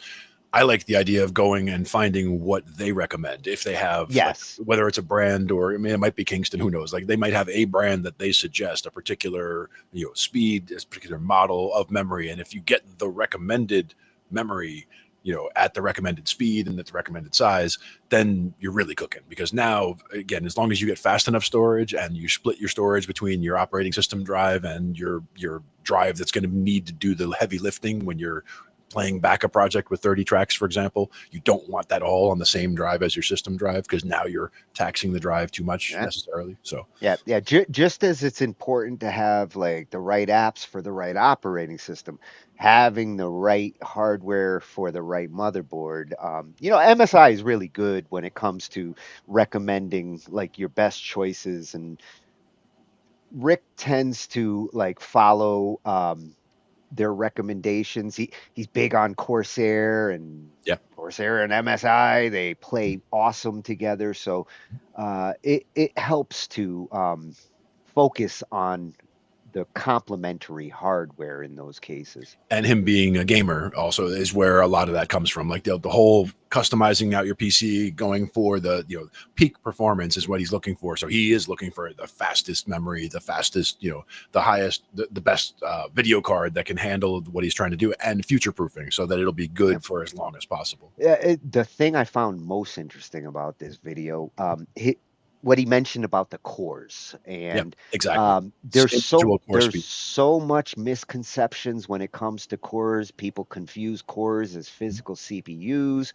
They think like, are you going to spend an extra $7,000 to go to a 28 core from $1,000 for a 12? No way. You know, are we building a Beowulf cluster? I mean, it depends what you're trying to do with that machine, right? I mean, there's probably a use case for it, but not. If I was building a server, if I was building a virtual machine server, something that could actually utilize those cores effectively, sure. But in a like he said, in a music machine, those cores are not going to actually improve anything when you're trying to play virtual machines on individual tracks. They still go down to the physical. Yep, exactly. It still stays as a single thread. Yeah, it's good to understand that stuff. If you're gonna spend the extra money, at least know what you should expect for that extra money. And in that case, it's just not worth it. This new machine I have a 16 core now. I have a 12 core here and an 8 core there. They're all awesome music machines. The cores don't change any of that. What you should do is take a look at the individual core performance on each, just to see if there's a large variation. Like you might have one that's 1,800 and one that's only 1,000, just as a you know, based on what you're seeing. from what I've seen so far, not too drastic. I mean, the one thing that's different, that's a Ryzen 9. This is a Ryzen 7, and that's a Ryzen 7. So I have two that are like apples to apples, although they're not Apple. And then I got a nice newer like AMD processor to see if there's like really a big bang for Ryzen 9 versus 7. Yeah. For me, I've always stuck with Intel processors, but that's just a bias on my end. But we've had the conversation before about the video cards, and when we were talking about when they were first going to the RTXs and they were first looking at going beyond the 8 gigs on the memory, and they had some that were giving 16, but you weren't actually getting any performance gain out of it because nothing was programmed to use the extra 8, even though it was there. So it was kind of a cosmetic thing where you could buy it. You could tick the box to buy the more expensive card, but it wasn't going to get you anything additional. So it's important to understand what you're getting for each upgrade that you're looking for also. So if you're getting down to the nuts and bolts of each part. Yeah, and I would have stuck with Intel, except these are gamer hand-me-downs. My brother has really, like, when it comes to the gaming machine, and he was an Intel guy for the longest time. I think he shifted to AMD about 5, 6 years ago as they started to get a good edge on the gaming side for the cost. And because he does like to build a new box like every year and a half, um, the Ryzens, he's ripped through a Ryzen 5, a 7, 9. His is really souped up. He's got the liquid cooling. And me, I get to play around with the sevens and nines with RTXs. I got a 4080, I got an RTX 2080, and a 1080. So, like, I get to see the differences across the CPUs and the GPUs. And that's where you'll have to look at like certain games now with NVIDIA, with the NVIDIA cards. There's the NVIDIA experience that you go into, and it'll customize the games for you. Like it'll go in and change the settings to where they'll be optimally configured for your speed computer and the card that you have in there, and it tries to get everything all set. So it's important to make sure that those kinds of things are set up. So it's like when you get a game that you want to start out into, it could even be a simple game, but just going in there and making sure that it's using the recommended settings can make a huge difference in how well the game runs. And a game that's running very smoothly and giving you killer graphics because everything can be tuned up, turned up to the most that it can because it's taking advantage of the hardware. Yeah, and looking at that configurator, that which I will check out that company. It looks like they do build some killer like rack-mounted music PCs. Yeah. If you are gonna go with a GPU, which again, he reminded me that like the integrated graphics wouldn't be enough. So I take that back from earlier, but go with the RTX series on the NVIDIAs. The GT lines, NVIDIA is starting to really push people out of it.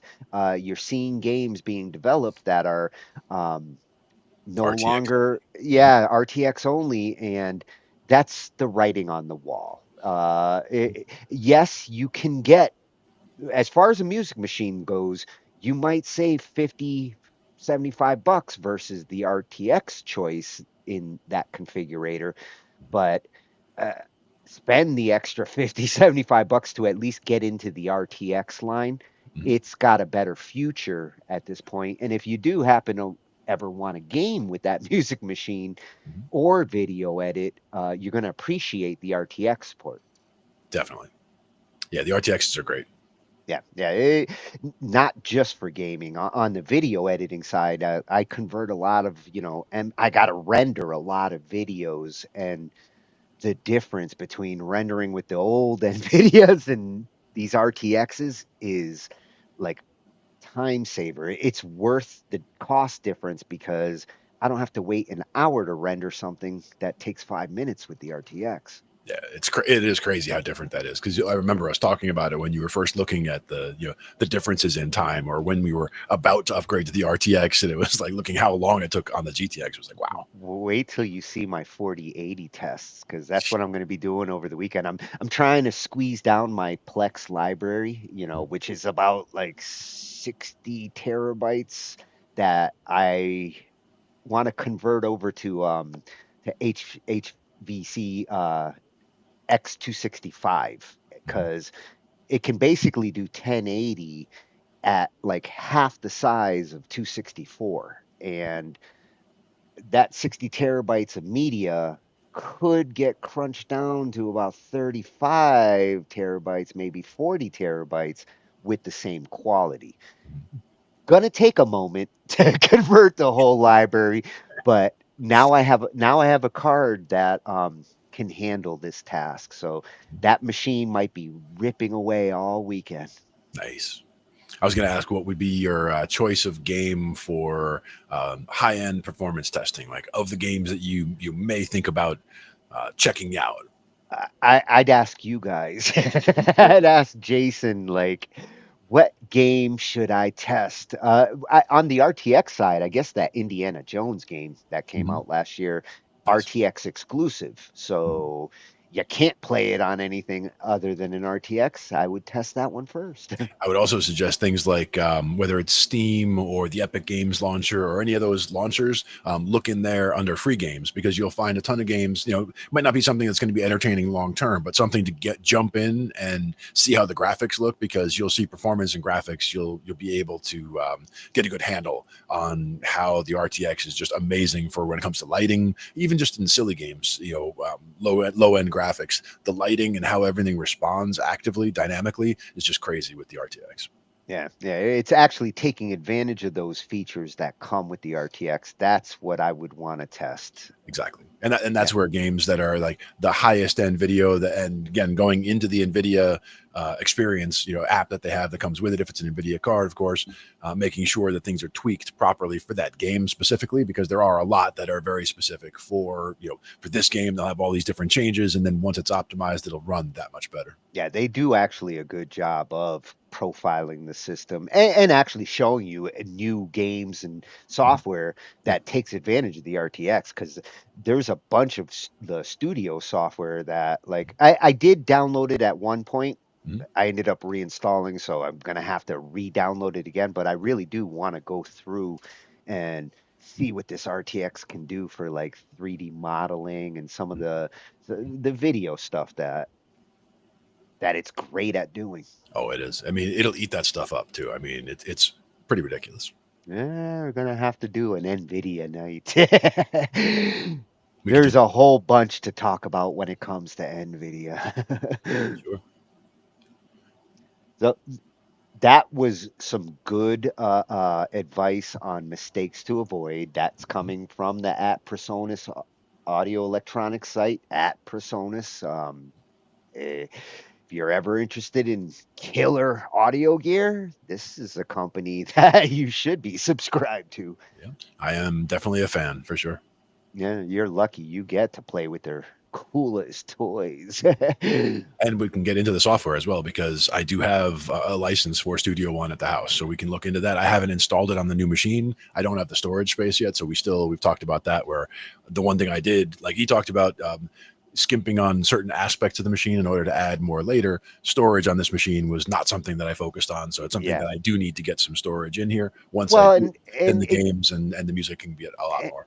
and in the old days, like storage as far as archive drive, like he said, any external USB can make a good archive drive. Right. But if you're wanting to load your samples and run your operating system and your programs, these SSDs, they are the ideal choice. So you can always offload the projects and put them on the slower platter drive that's plugged in the USB when you're done working. Right. But But keep the active don't directory chintz here. don't chintz on your system drive, because 512 is not enough for a system drive. That's Nope. what I started with on my music machine, and once I got a 1 terabyte, I was like, get this out of here, put this in.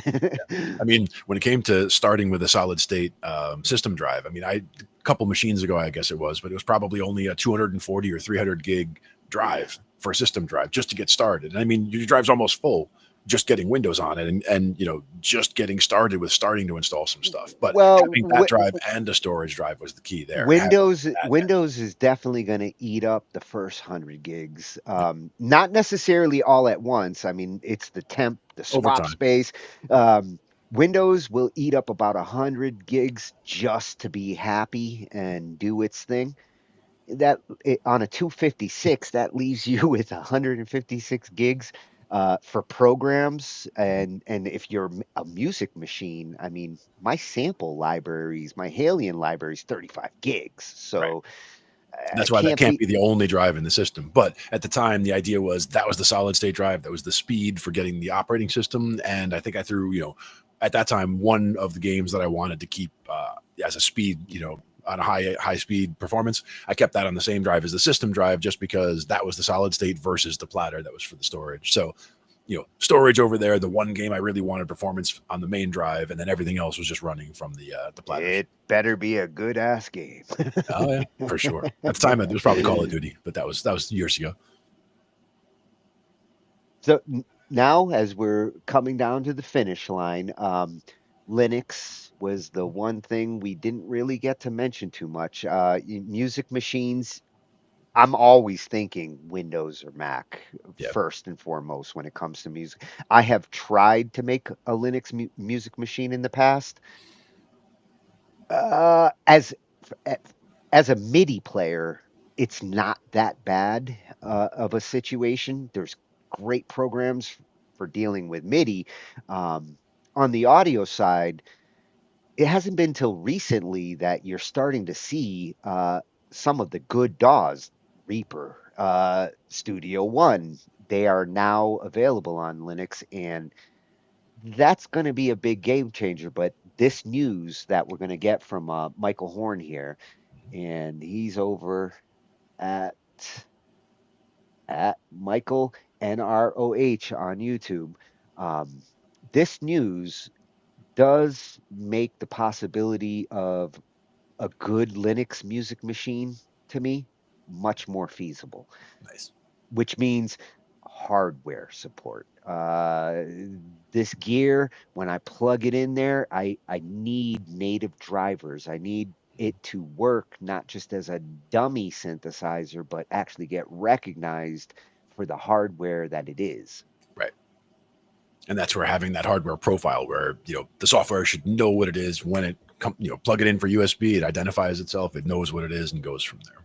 Yeah, that's where the manufacturers of that hardware need to give some commitment to Linux. A lot of them don't. They don't think there's an audience there. They don't think there's a market there. So the more that the market builds, the better the likelihood that you'll start to see some of these manufacturers take it serious. And the fact that like Focusrite or Presonus are leading the way is good because these are the pioneer companies. These are the ones that if they start to set the standard there, hopefully the rest of the companies start to wake up.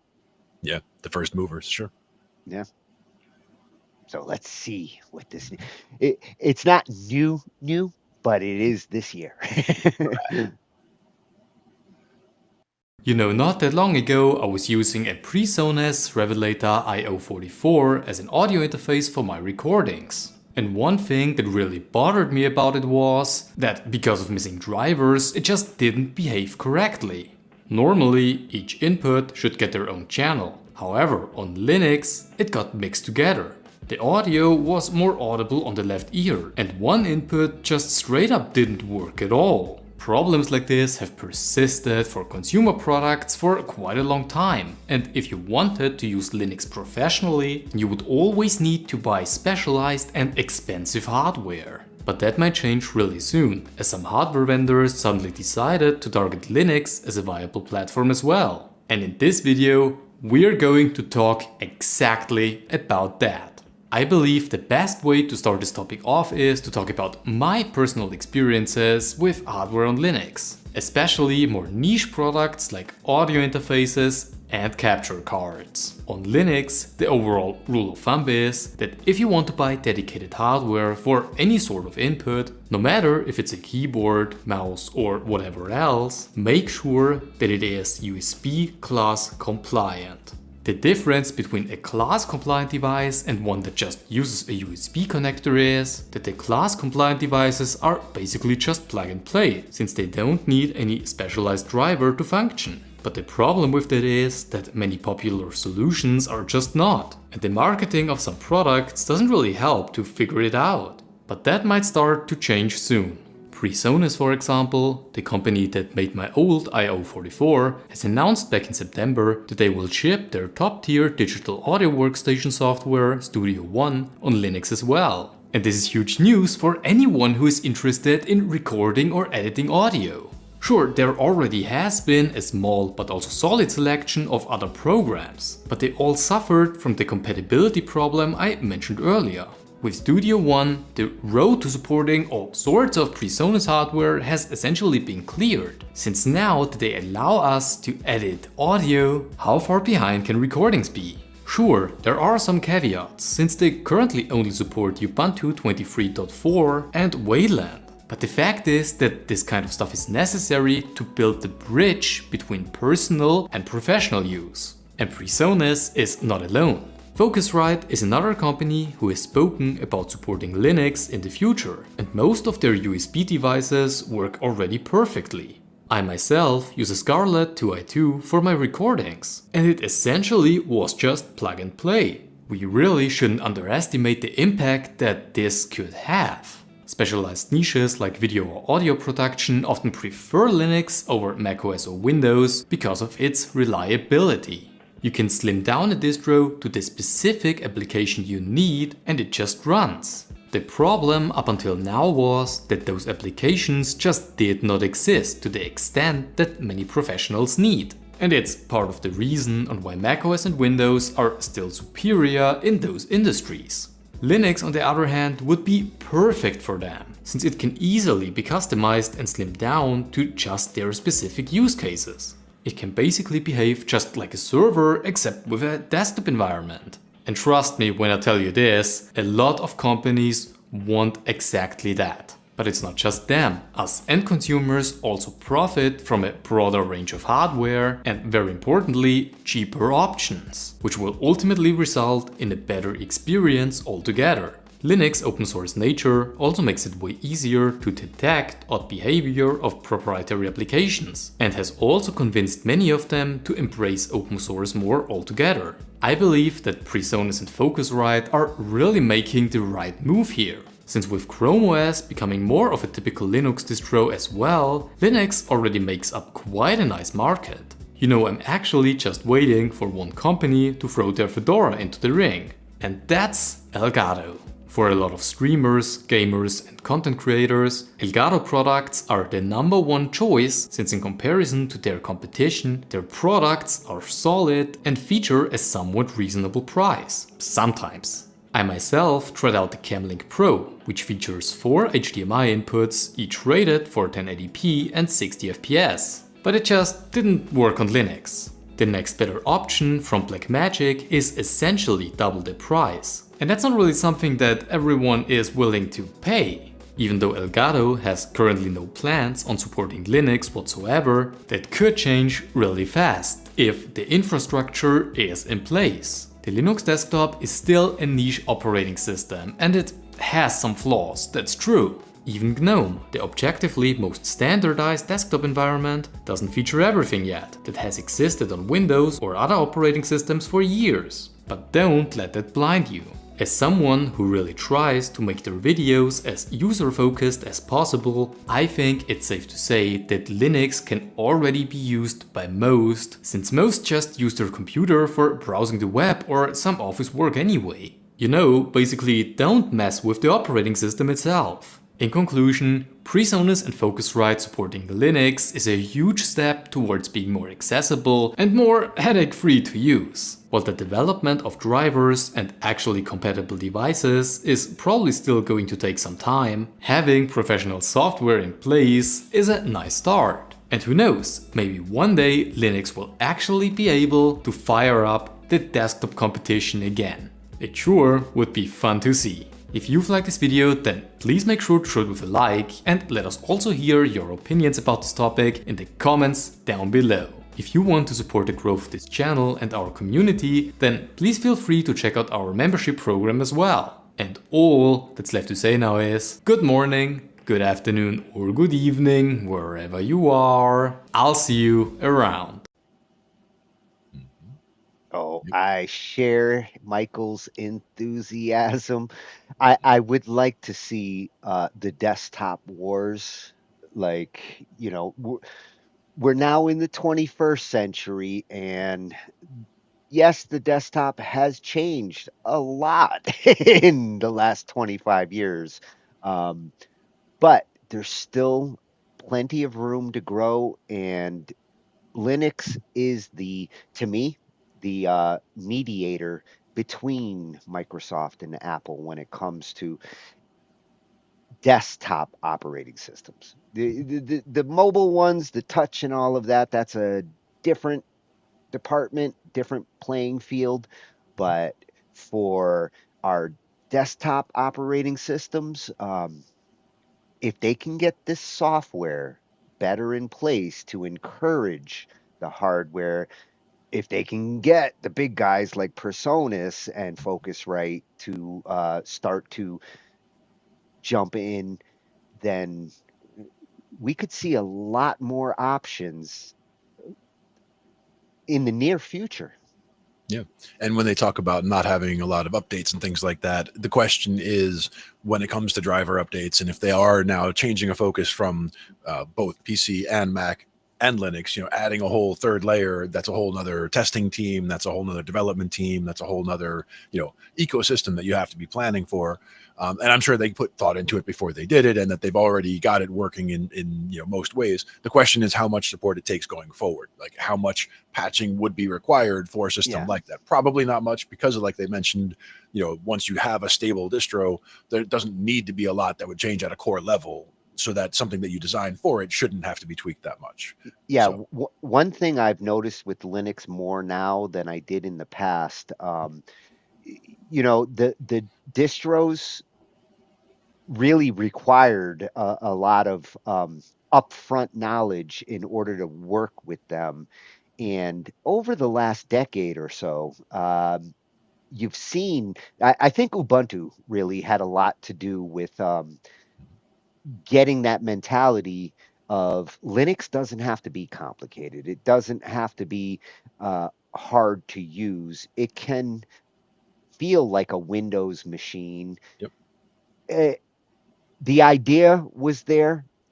It never came to complete fruition. I mean, I have used Ubuntu, and it is easier than your average Linux, but at the same time, it does require you to go into the terminal and sudo and sudo and sudo everything. Yep. As they smooth more and more of that out, as they get the complexity out of it and take care of that for the user, the possibility of beginning computer users jumping on a Linux operating system becomes more and more reality. Yeah. And I would love to see some of those beginners, if they're adventurous, they could, if they had a good hand-holding video to walk them through some of those intro to, an Ubuntu, for example, even with all that sudo this and sudo that, walking them through what's actually going on there and understanding those steps is important. That's one of those things that makes sense to us because we came from, again, seeing this stuff develop over the decades.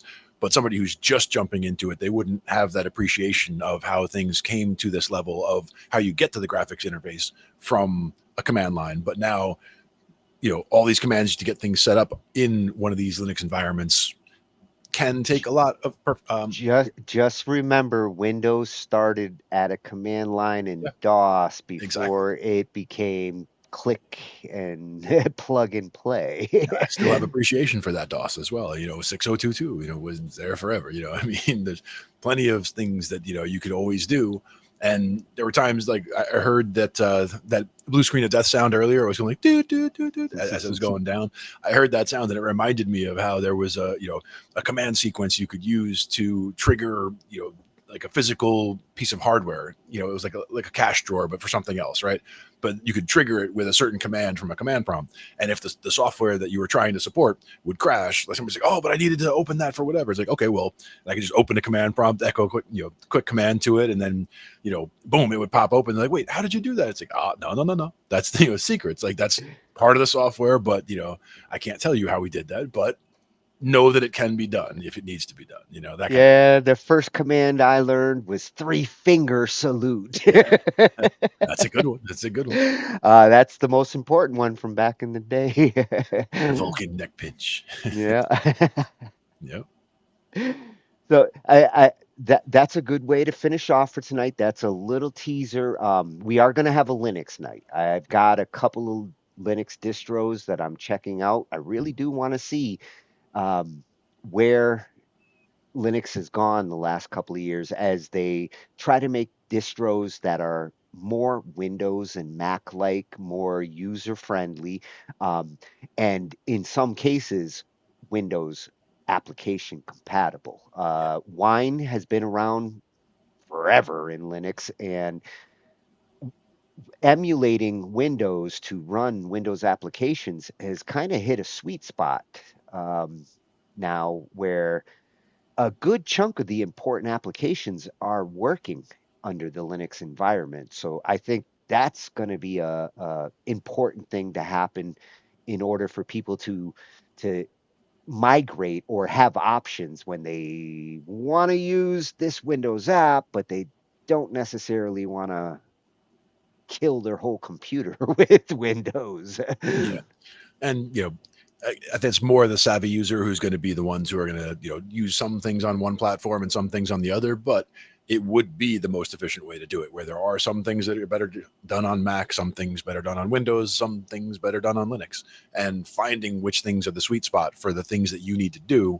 And again, could be about you and your workflow, could be about what's the more comfortable application, could be about the environment and who you're working with and what they use. But coming to what makes sense for you is the important thing, and knowing the options. So we're helping to see what the options are. Maybe we'll turn that Linux night into a hybrid night, running all the operating systems in one room.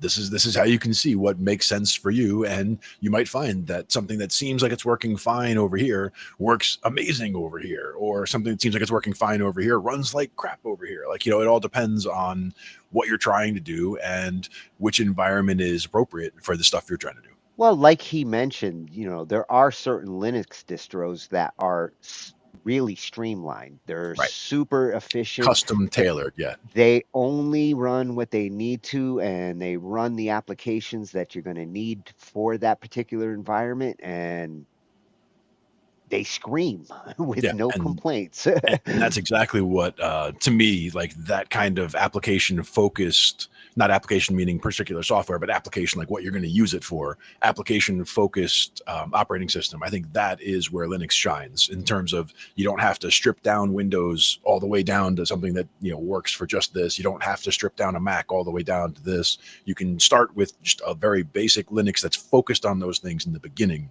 I like the idea of taking some of these older machines that have been retired now for me that have 8 gigs of RAM, and they're running older AMDs and in some cases older Intels pre the I series, but they'll run these Linux operating systems without blinking.